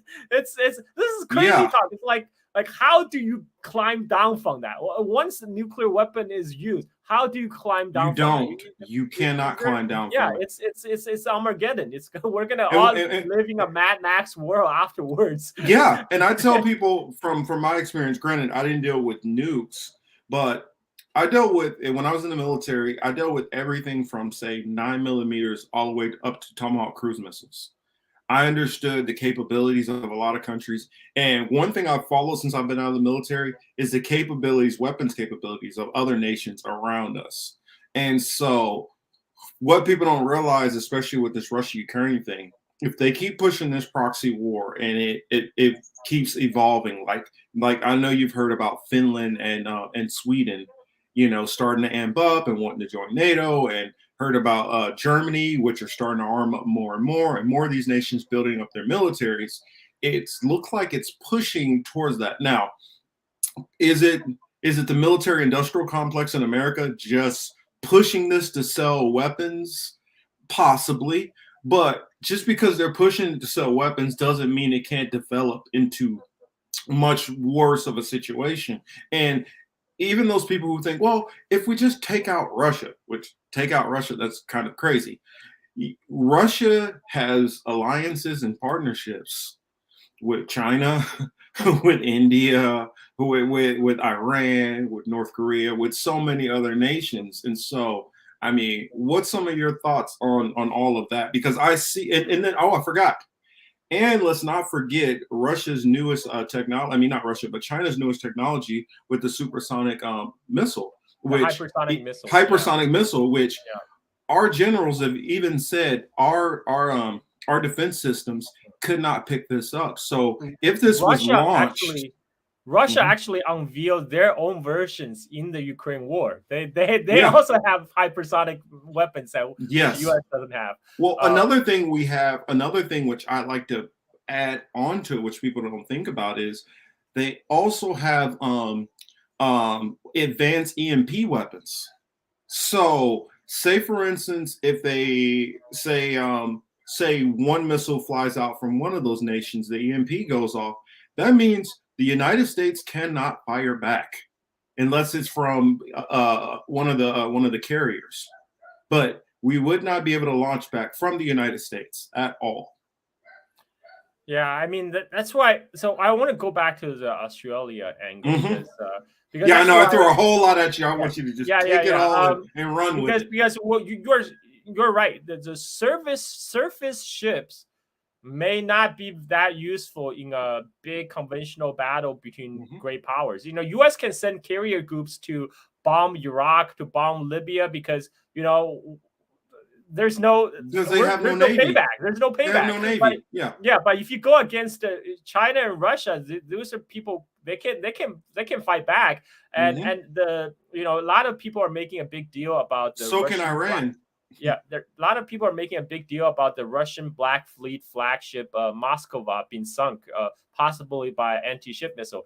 That actually just shows how vulnerable a surface ship is to missiles. And China has plenty of missiles. China has been mass producing missiles in anticipation of US 7's fleet sailing into Taiwan Strait in events of war. And there's nothing US can do about that. That is why that and people talk about these ships have anti-missile defenses. No. When you have whole shit tons of missiles, you will easily overwhelm your anti-missile system, because you need missiles to shoot down missiles. When they have more missiles than you can pack on a ship, they will sink you no matter what. So Reagan showed with the Star Wars plan how hard that is, even to get that in. All the money that was dumped into that, they never were able to get that to work anyway. So the whole Star Wars shooting down a missile with a missile thing is dodgy at best as a defense. Yes, so a lot of the submarine became more important, especially nuclear submarines, which can last longer underseas, and which I want to loop back to Australia, because Australia formed this AUKUS alliance to purchase nuclear submarines from the United States, the whole, it goes back to that white supremacy thing. Like Australia, they're a white settler colony in Asia, right? They're physically, geographically tied to Asia, but have no business being there. But they are deathly afraid of being overwhelmed by the Asians surrounding them. Doesn't that sound like Israel? and South Africa. Yes, there's because they have like 200-300 million Indonesians just to the north of them. Bali, I'm pretty close to Australia. They're always being afraid by swarmed over by the yellow horde, right? So they have this kind of psychological thing that ties them. They must stick with the Anglo Alliance and must stick with the US and UK no matter what. That's where the AUKUS alliance come from, right? Even though their biggest trade partner is China, economically it makes sense to keep this trade relationship, to keep it friendly. But no, they gotta protect their Europeanness. Yes, that's what I think this boils down to. Hey, I'm sorry. Audience. This is what I honestly think this boils down to. Yeah, I mean, it is. It's. I mean, like I was just bummed out that they have to kick out France from the alliance because originally it was France that was tipped to supply them with the submarines. They ditched France to go with US. Otherwise the alliance name would have been "Fuck Us" instead of.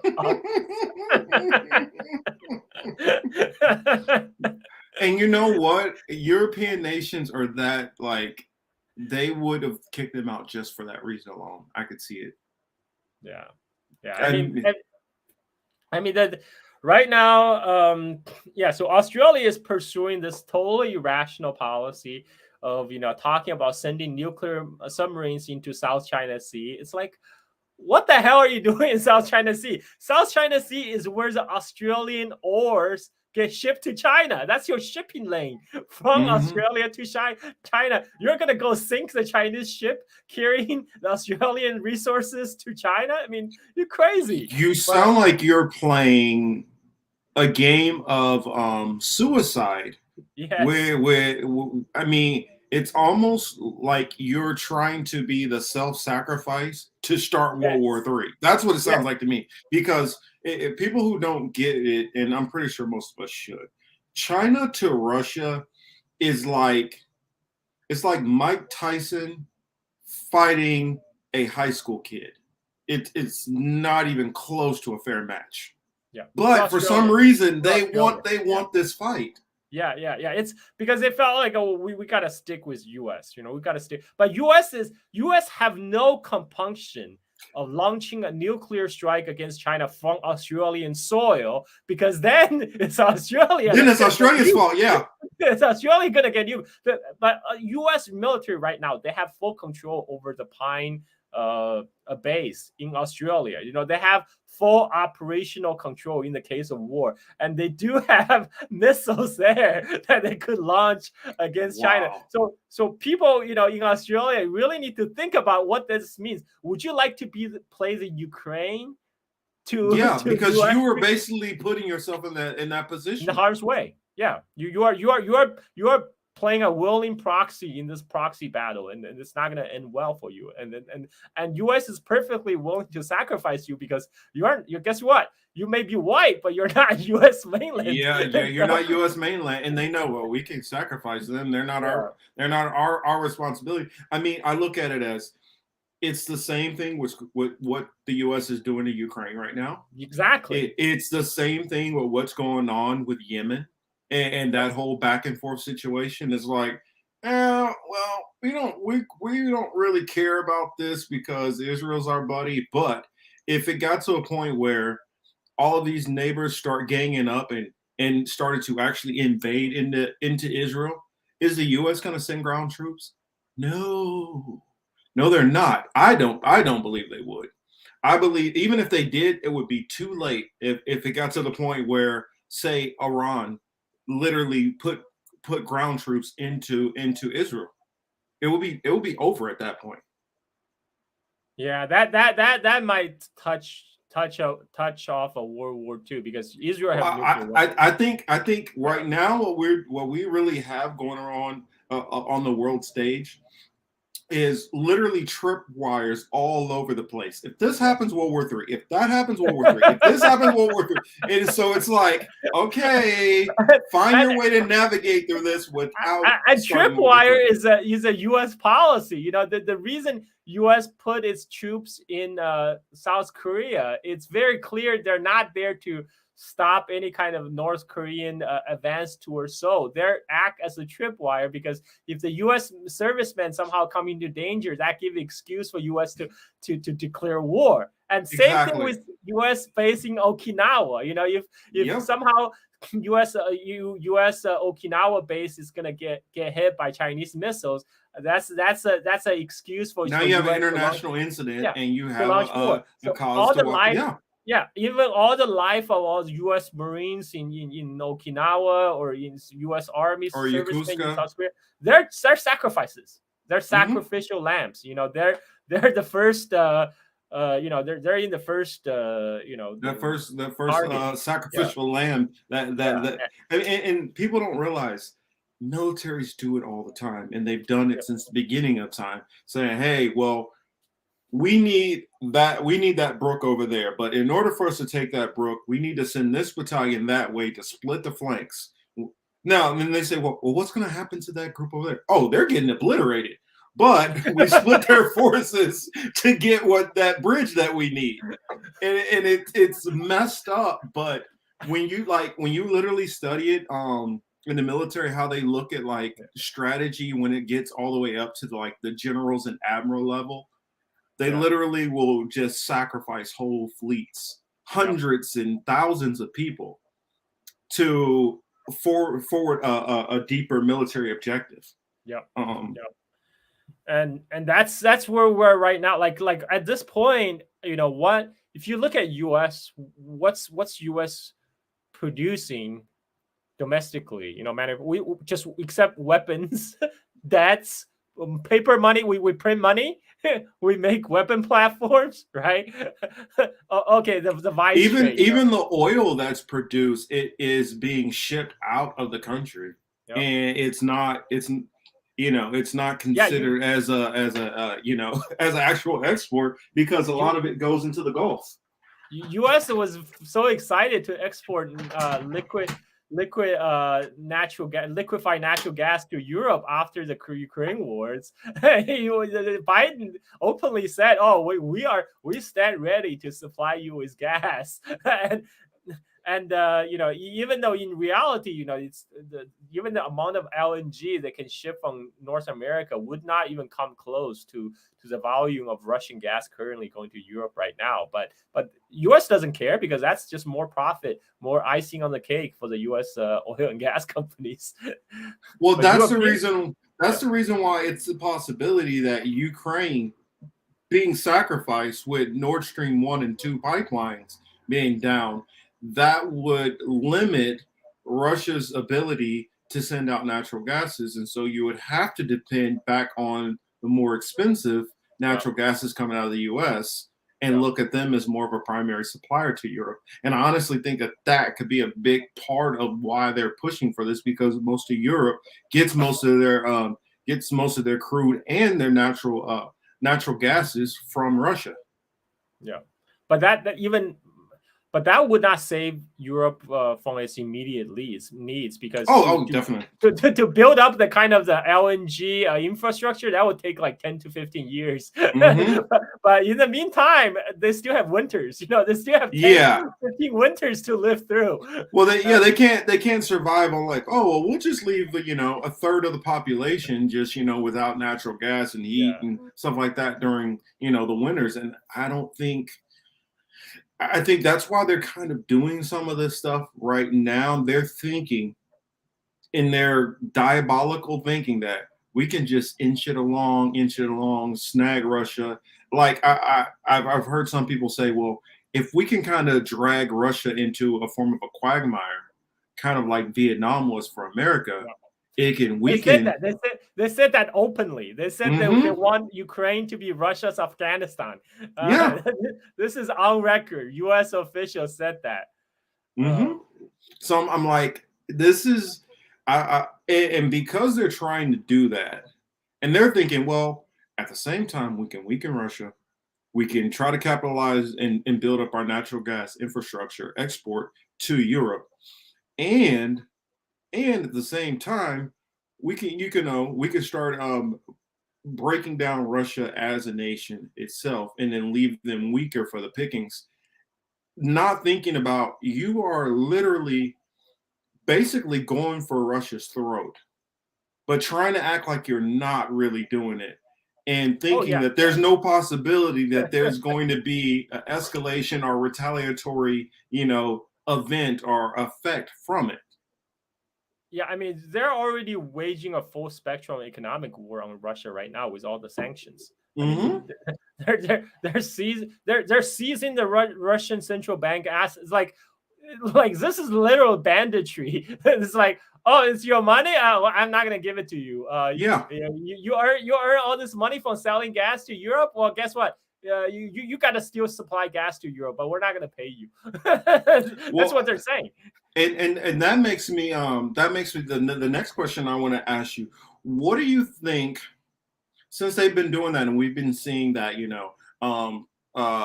Saudi Arabia and the UAE, they're going to start looking at possibly taking, other denominations of currency or cross conversions with the yuan and things like that. And I was like wondering, the yuan, next it's going to be rubles, and I'm wondering how much of a threat do you think the U.S. petrodollar is in at starting to actually, the beginning of the collapse of the petrodollar? I want to put in a caveat because Saudi Arabia may have made that announcement as a negotiation tactic with United States, because they're saying, you know what, we can always go with China. Like you are not Mm-hmm. the only option here, US. Yeah, Because you're right not the now, only game in town. yeah, because we know the ruler in Saudi Arabia, MBS, right now have a very strained tie with Washington. Mhm. After Khashoggi got Oh, chopped up, definitely. right? Yeah. and Yeah. and so they're saying, hey, look, you still need us. You still need us for the dollar Even hegemony. MBZ, it's not that great with him in the UAE. Yeah. He's like, hey, you still need us for your petrodollar. If you fuck us, we can always go with China. That's our option, because it's pretty big if Saudi Arabia actually start to trade oil in yuan, because China is one of the biggest importer of the Gulf oil from Saudi Arabia and from UAE.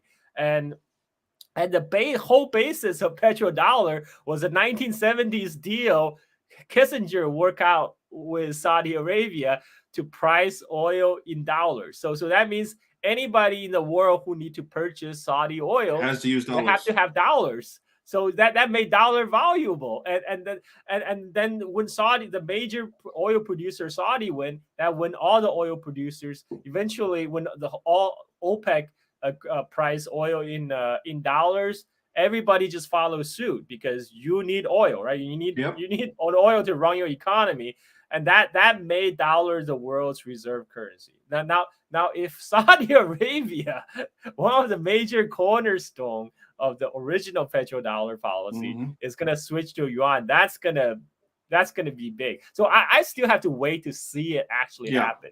Otherwise, there is a possibility that Saudi is just using as a hardball negotiation tactics to signal to US. It's like, hey, you gotta to tone it down, criticizing of us, in your Mm-hmm. media. Otherwise, we're gonna go with the China. I think you're actually right. I mean, I think that they're not going to do it, but the fact that they gotta put a little fear into the United States, like, Yes. hey, we can. And to the audience, if this happened, if this actually did go this direction, since the United States left off the gold standard, we're no longer backed by gold currency. Yep. We no longer have manufacturing in the U.S. The only thing that props up the American economy. So for those people who like to go into, I can't think of what it's called. They start thinking about, oh, well, we don't have to worry about it. We can spend whatever and balance it out through the inflation and deflation. I can't remember what it's called right now, but I'm That like, that you, that's you the monetary policy, but yes, yes, but yes. that's Modern only, yeah, MMT, modern, yeah, monetary policy. But yes, that's only if people willing to take US dollars. I mean, like the only reason we can print money, print money, is because people accept US because of the dollars petrodollar. as a foreign exchange. The petrodollar dies, America is done. Yeah, Period. yeah. I mean, that's that's They're that's done. one of the main pillars of U.S. hegemony is U.S. military, its financial hegemony, right, and tech. This is three things that's holding up the U.S. hegemony right now. And petrodollar dies, everything goes. Yep. Like yeah. Um, And the thing about it, which a lot of people don't realize, is our weapons companies in a heartbeat could just be like, all right, fine, we'll just relocate everything to Mexico, Canada, or yes. move to UK or France. Yeah, they're And they're since they're not loyal Americans. They're not loyal patriots. no, They're loyal to the dollar. They're loyal to the money. If the dollar goes, they're not even going to loyal to the dollar. They're just going to loyal to whatever currency is next to hard if currency. if China opened their doors and said, hey,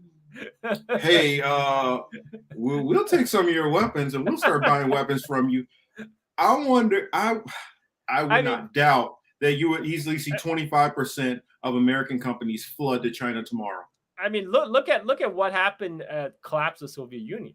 Look at Mm-hmm. what after collapse of the Soviet Union, China actually gained a lot of technology transfer, because a lot of the scientists, they gotta eat. China offered them jobs Mm-hmm. by moving to China and share the know-how, and so China actually digested a lot of the Soviet technology. They made a lot of technological leap in terms of military hardware from Mm-hmm. inheriting a lot of the Soviet both talent and also hardware. Yeah. So Yeah. yeah, your scenario is totally plausible. When the U.S. empire collapsed, yeah, you bet your bottom dollar they're gonna go to. They are gone. Exactly. Yeah. And my co-host from the Political Matrix, my other show, he asks, where does India fit in this equation? Okay, so India is very important, very interesting because before U.S. tried to loop in India in the Quad, so-called the Quad of democracy, India, Japan, Australia, U.S. to contain China, right? So India did have a did have a stake in joining Quad because India had a tense relationship with China because of border issues, and at the same time, India also wanted to gain access to the U.S. market and U.S. technology, and which doesn't that goes into that issue that we were talking about earlier, which it would have took us, that would have been like a whole hour discussion on its own, talking about the whole Kashmir thing. Yeah, so that's why I was like, we can get into that another time. But the way U.S. works is expect everyone to be its loyal client state, like a puppy dog, like UK or Australia, right? Yeah, and even Japan, pliant client state. But India is a big power. India has ancient civilization. They're very proud power. They're proud of their civilization. They're proud of their heritage. They see themselves as a great power. They don't want to be treated as nobody's palm, right? They don't want to be United States foot soldier. They don't want to be these U.S. proxy. They have their own national interest. So that's what they're doing right now in the Ukraine crisis. They're sticking with Russia because Russia can provide with cheap energy. What can you U.S. provide, right? Show me the money. At the end of the day, you got to show me the money, and they're making the decisions based on their own national interests, which is continue to get the cheap energy from Russia. I mean, what does the U.S. offer except like the talks of democracy and freedom, right? Yeah, India already have. We're gonna see you guys some more call center work. Yeah, I mean, and I look at it also. India's looking at it like this. China and Russia are on the same page. North Korea is also. And Pakistan, it plays its own little weird games. And then you got Turkey, which Turkey's a wild card also. Yep. Does India want to say, you know what, I'm going to be the only one over here that's going to sell out and be, America's little puppet? What happens to India at that point? Then all of its neighbors all turn against India. So I'm like, that's not really I'm like, if you want to do business with them, you got to make it worth their while, right? Yeah. And India, they also want to be shown respect, right? Because they feel they are a great power. You can't treat us like your little. It's literally one of the oldest civilizations, continuous civilizations. But right now, look at what United States is doing. That's exactly what U.S. is doing. So how dare you deviate from our stands, right? Because U.S. position has always been you're either with us or against us. You cannot pursue independent foreign policy. That's not allowed, right? But India may have differences with China, but that doesn't mean it will screw its relationship with Russia to placate United States. It has to balance out its own national interest. It will not sacrifice its own national interest for the whims of United States, like for example Australia does, because Australia has that, we talk about that white supremacy complex going on here. India is not beholden to that, so they can pursue their own independent foreign policy. So that's why in this. Right now, you are going to see a lot more criticism of India in the U.S. mainstream media, because suddenly they discover, India is not as democratic as we thought. They have a Hindu nationalist government that's doing horrible things. I mean, when India joined the Quad, all that was swept under the carpet, right? Like there's no criticism of India. It was all great. We talk about Indo-Pacific, we talk about Quad, and so it's so obvious what U.S. does is using human rights as a kind of political weapon. like what they do with Burma.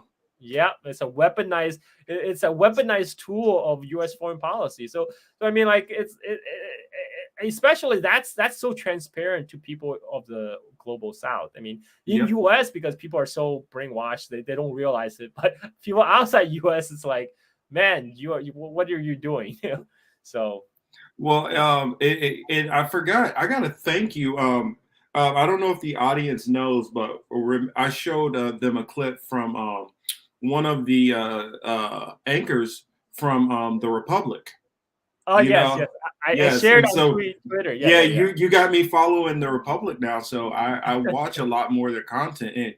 And for those who don't know, like the Republic, they regularly have multiple experts from many different countries. And so they're going to have somebody from Russia on one day, somebody from New York, somebody from, wherever. They might have like 15 different people on at one time, and they're arguing these different points. I caught a lot of flack from Indian leftists for posting that video because the Republic apparently is very pro Modi, pro BJP, and they see me sharing that video as kind of somehow giving them platform. But look. What should you only show gravitas? Yeah, I mean, like the fact is, they might have very bad politics domestically, but what they say about U.S. hegemony and U.S. imperialism, that criticism is true. Is dead on. That's why there's resonance, right? I mean, the fact that even BJP, the Hindu Nationalist Party, is criticizing U.S. That means that U.S. foreign policy is really fucked up. Yeah, it is. I mean, a lot, and that's the reason why I listen to them. I listen to a bunch of different. I listen to as many foreign reporters as I can that's not mainstream, because you get to hear, even if you can say, oh well, you put it on the Republic that them being more right wing.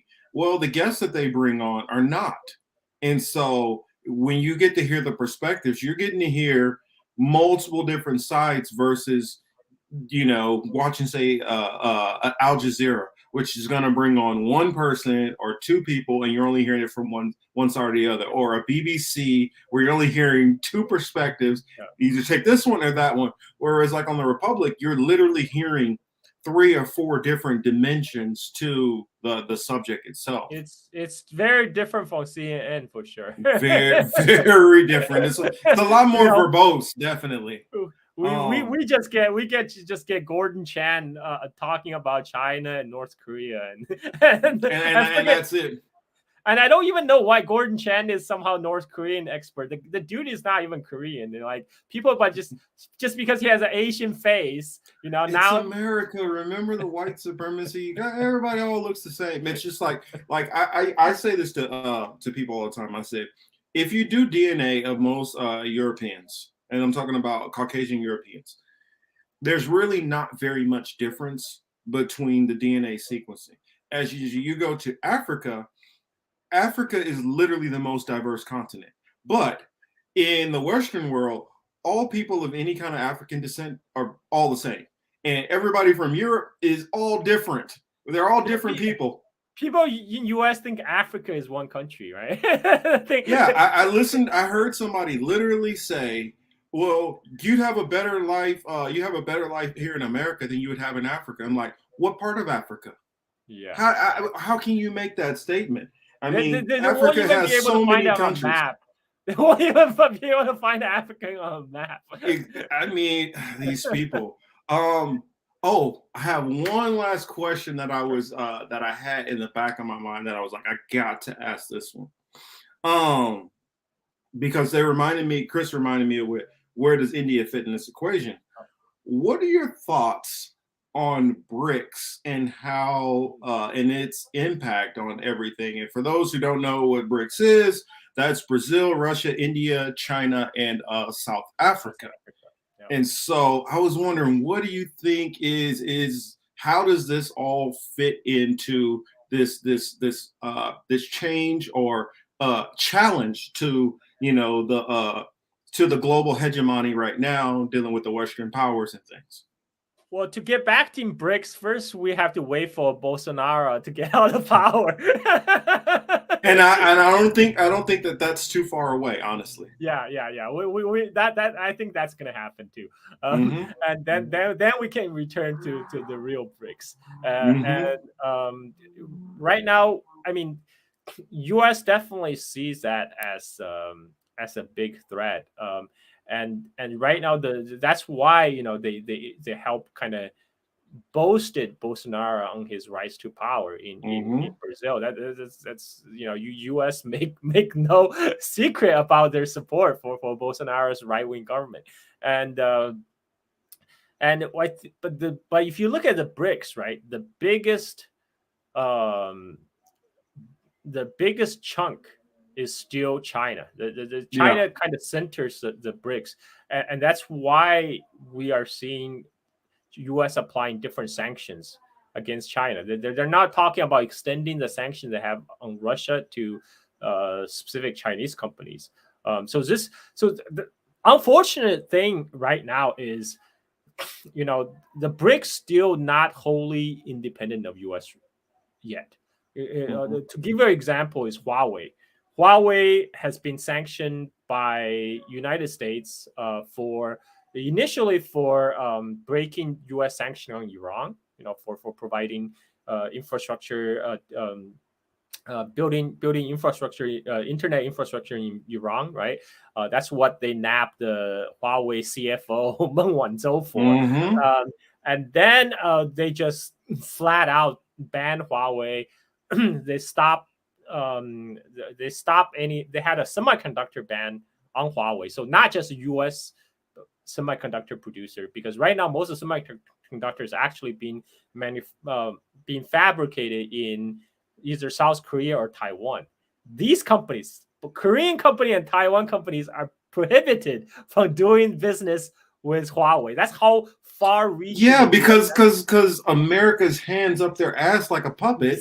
Exactly. Because if they don't do what America say, they will be sanctioned by U.S. So those will have Mm-hmm. so that's how far-reaching U.S. sanction is. So that's why one of the reasons Huawei's cell phone handphone market suffer a big setback, because they still depended on the Qualcomm chips, Mm-hmm. and they depended on even their Huawei's own design chips that have to be manufactured on Taiwan, and and Huawei now, after Biden administration, they receive a temporary reprieve, right, on the Huawei sanction, which means they every 90 days, U.S. government is going to review whether to sanction them or not, and Mm-hmm. because of that, because of the Ukraine war, now Huawei is pulling out of Russia because they are afraid that the reprieve is going to can end anytime in the hands of the United States.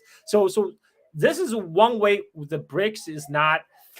When I say BRIC is unfortunately not wholly independent of U.S. yet, because U.S. still have the two pillars of its hegemony, right? The finance and tech, right? Mm-hmm. So finance means they can sanction everybody Yeah. financially.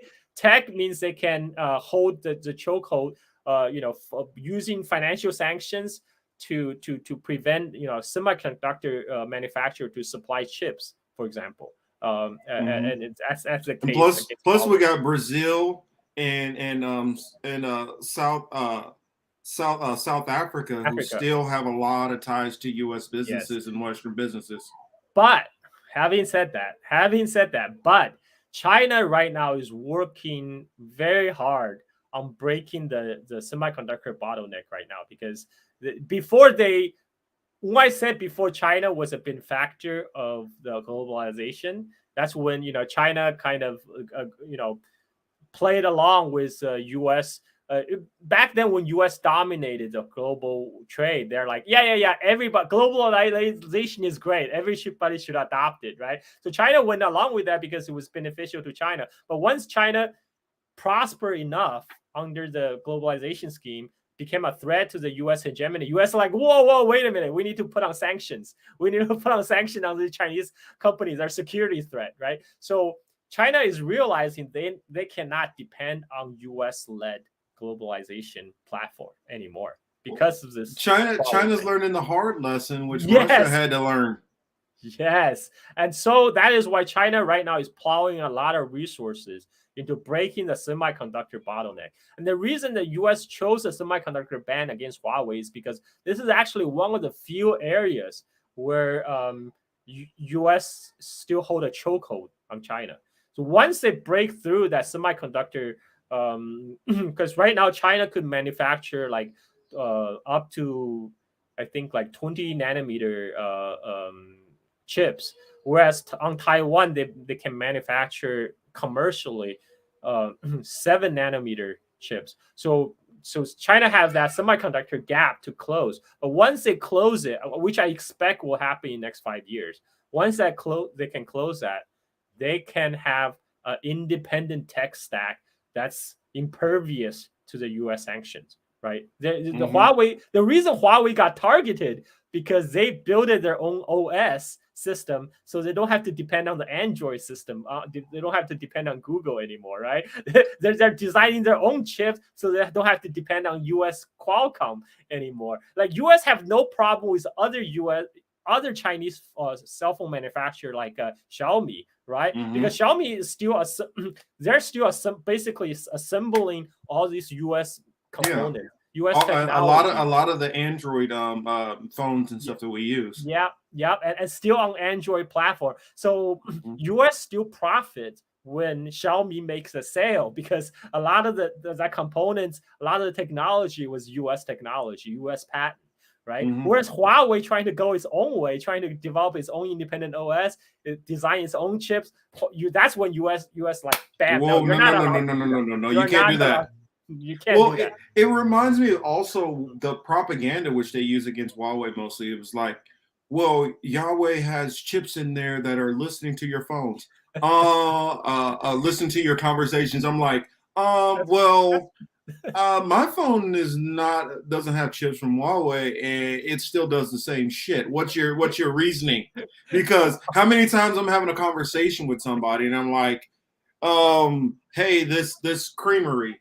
And I'm talking about a friend, and next thing you know, as soon as I open up my phone and my search results, it's telling me a discount for that same damn creamery or on my laptop. So I'm like, you telling me Huawei is doing that when I'm seeing the same shit with my damn phone and my laptop?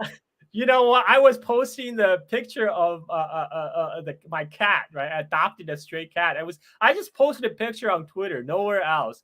And next thing I know, when I go on my Gmail, I'm getting ads about cat food,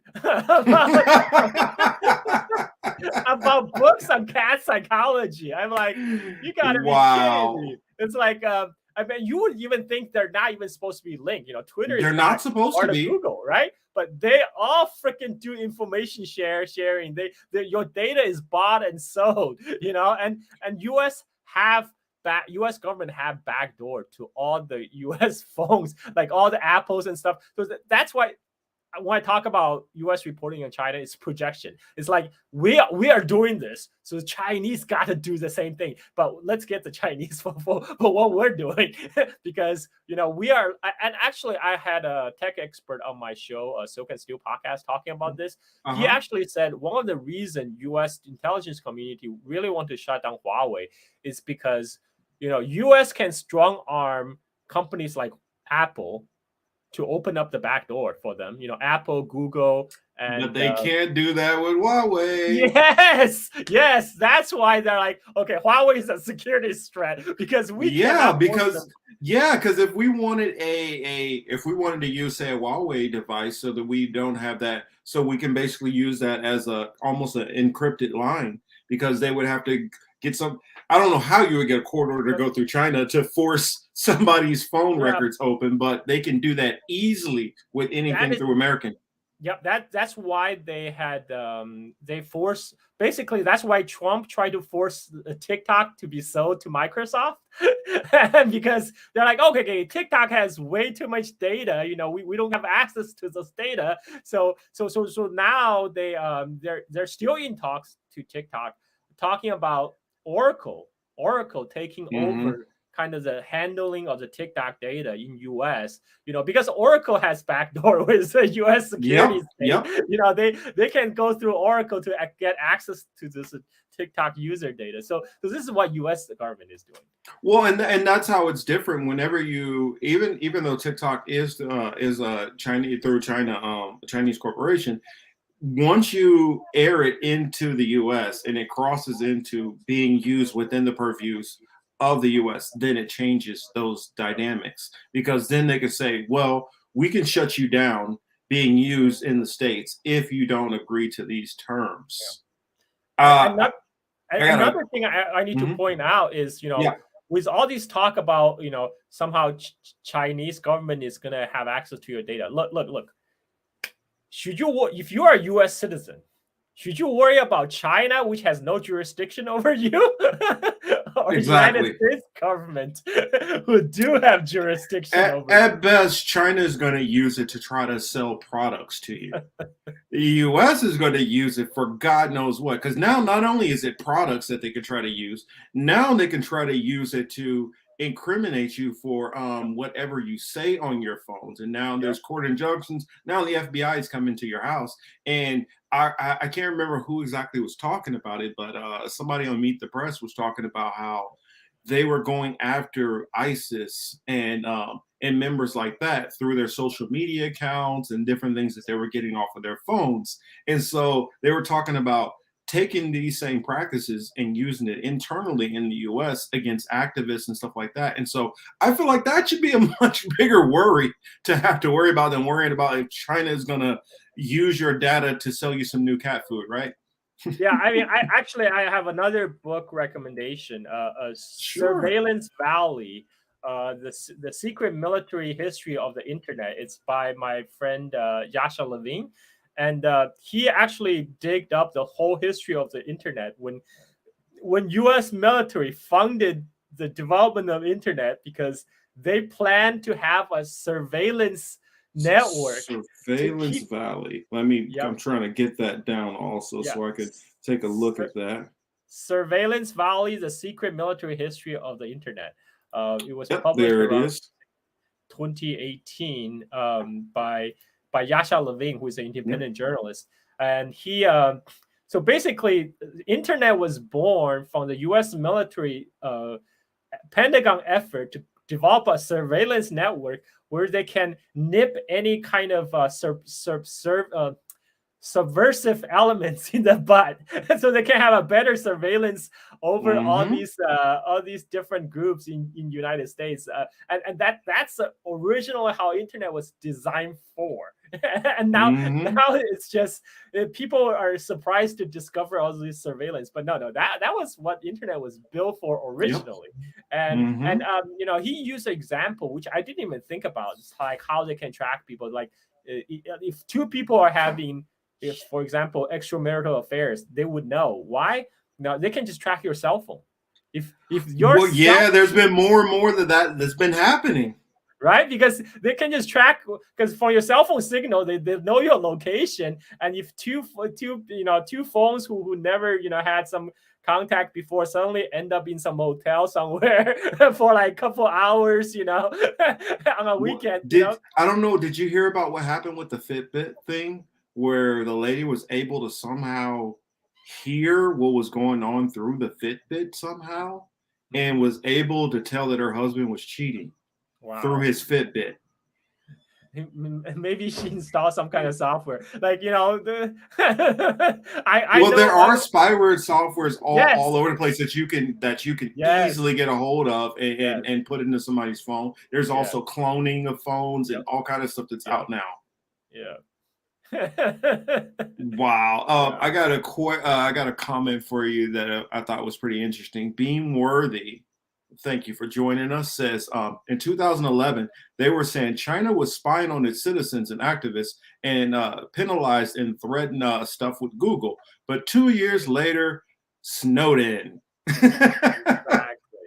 Exactly. I mean, it's all projection, man. When U.S. media talk about China, it's all projection, 100%. Yeah, I mean, I stay with the mindset, all of these nations, all all major nations are spying on their people to some degree. Yep.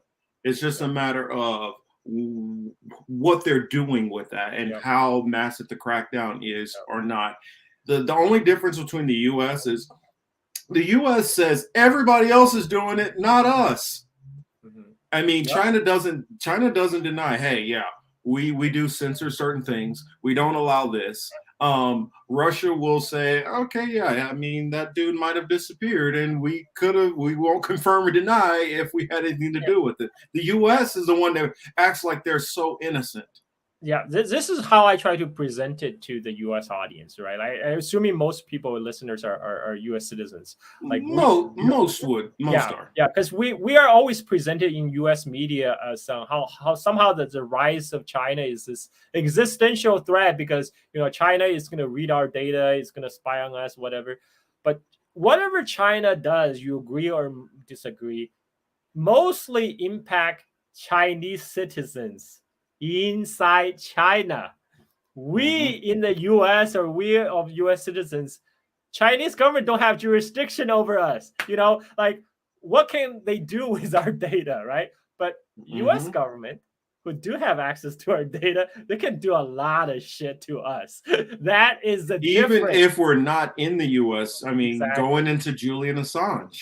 Yep. Because I mean, how more of an intrusive government are you that you are literally trying to track down somebody and treat him as a traitor who is not even a citizen to your country?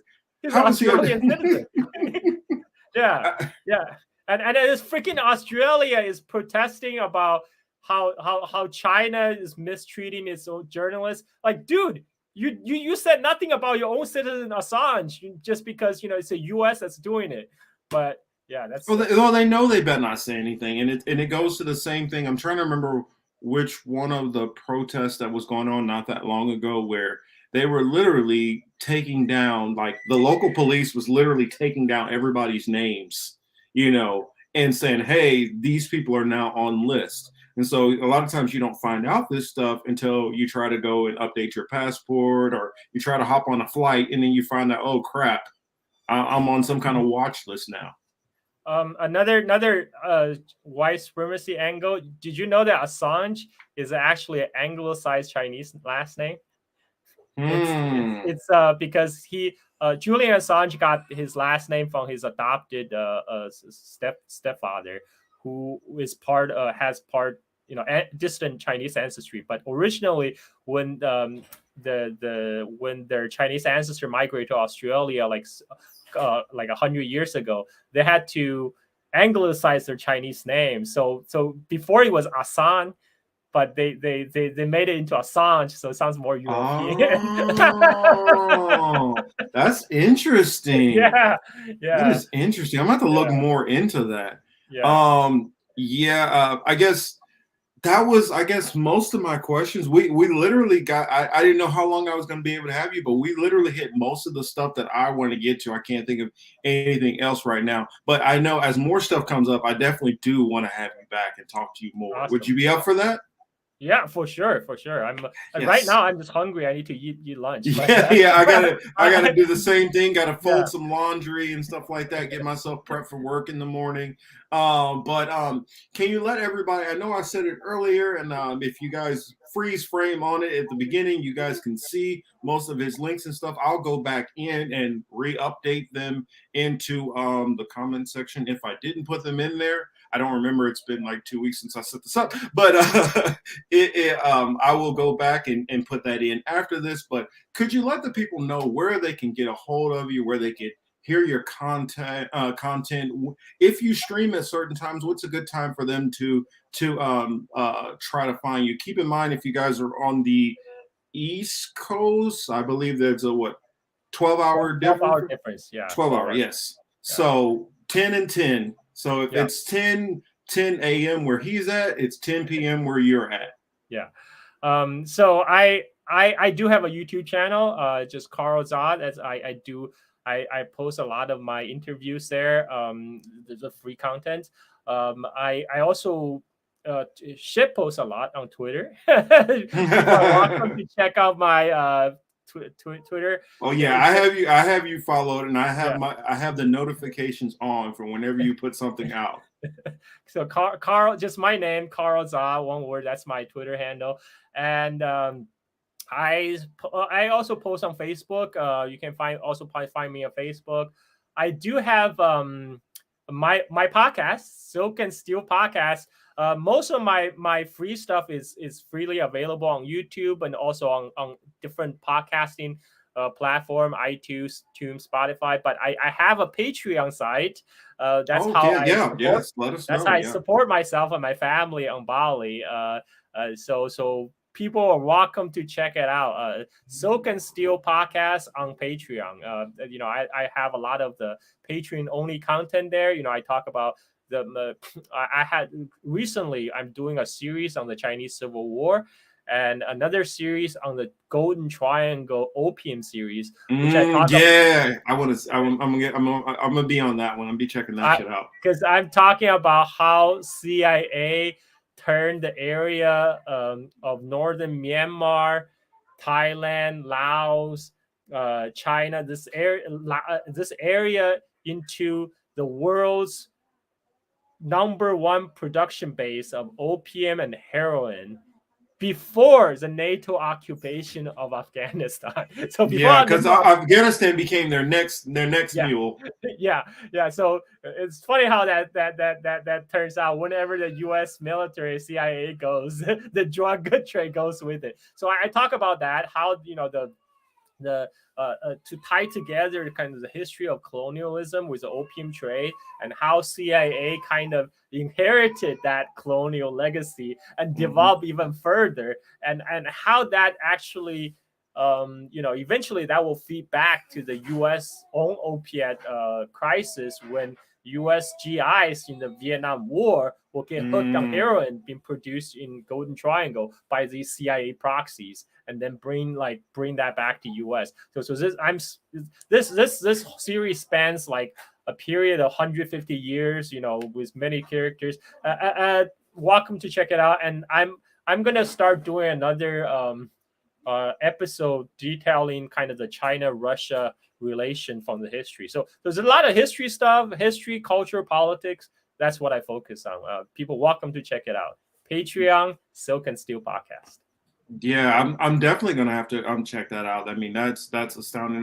I'm a history nerd. I mean, I studied a lot of ancient history, going all the way back from like Sumeria, and nice. like literally going back like very far. But let's just say very far back. Yeah, I actually have another project to do a chronological retelling of Chinese history from like way back That's the part which I want to get that connection, because that's where things get a little hazy for me, finding the exact beginnings. I know a little bit from some of the different dynasties when they started, but I'm trying to find like concrete information on like the early migrations into China and when everything got formalized, because I know how it starts breaking up between, China, when China starts separating into Japan, and then all of these other areas start, becoming nations separately. I started from the Big Bang, from the Big Bang, wow. Like literally the Big Bang to I started with the Chinese mythology, which Big Bang plays part into it, and from there to right now, I'm still at 2000 BC. I'm still at no. I moved beyond 2000. No. I covered the first 1,000 years of history. You're in AD now. I'm 1000 BC. Like I'm still at 1000 BC. Eventually, I'll make my way. I'm not in a hurry. I'm gonna. This is a long project. So eventually, I get to the modern era. So in the meantime, I also have a different thread on modern history, on like the Chinese Communist Revolution and the Sino-Japanese War, World War II, that kind of stuff.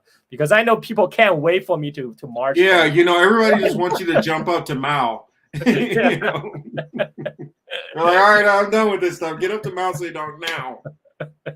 I mean, it's all fascinating, because like I know I've studied a decent amount into Japanese mythology, of the, I guess what we call it, the start of the world and all that things like that. So I've studied some of, Japanese mythology, what they understand. I've studied Greek mythology quite a bit, and the same with Mesopotamia, ancient Egypt, going into all those different things. And then, like, I studied a lot into the Bible. So, all those things all intertwined and intermingled. And also the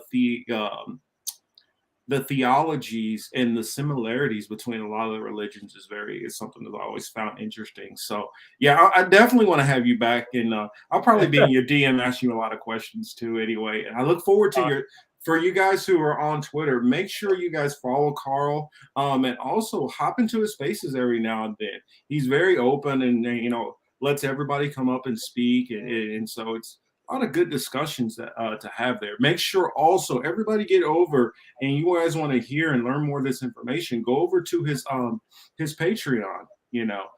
Show the man some love. As you guys can hear, he got a little guy in the background that we got to make sure to help that little guy grow up nice and strong. And much thank you to you. Thank you to your wife for sparing you for a couple of hours for me. I definitely appreciate that. Beautiful pictures, by the way, of you guys' wedding photo. I thought that was amazing. And, a big shout out to all my friends out there in the chat. Misha Variant, Hank Q, Memeworthy, everybody, Hamza, everybody out there. And so I'm gonna let this man go. I don't want to keep him any longer, but thank you so much again. It was my honor to have you on my show, and I look forward to being able to see you again. Oh, especially with all these things, how they've been going on. I mean, I don't know too many people who pay as close attention to the issues that are going on in that part of the region, and I'd like to know more so I could be able to have you and another colleague on to be able to go back and forth and really get to just hear it all. I mean, it's super informative and entertaining for me. I love it. So I appreciate you, Carl. I will make sure to reach out to you very, very soon. Awesome. All right. Have a good one, brother. All right, man. I gotta go eat. All right. Guys.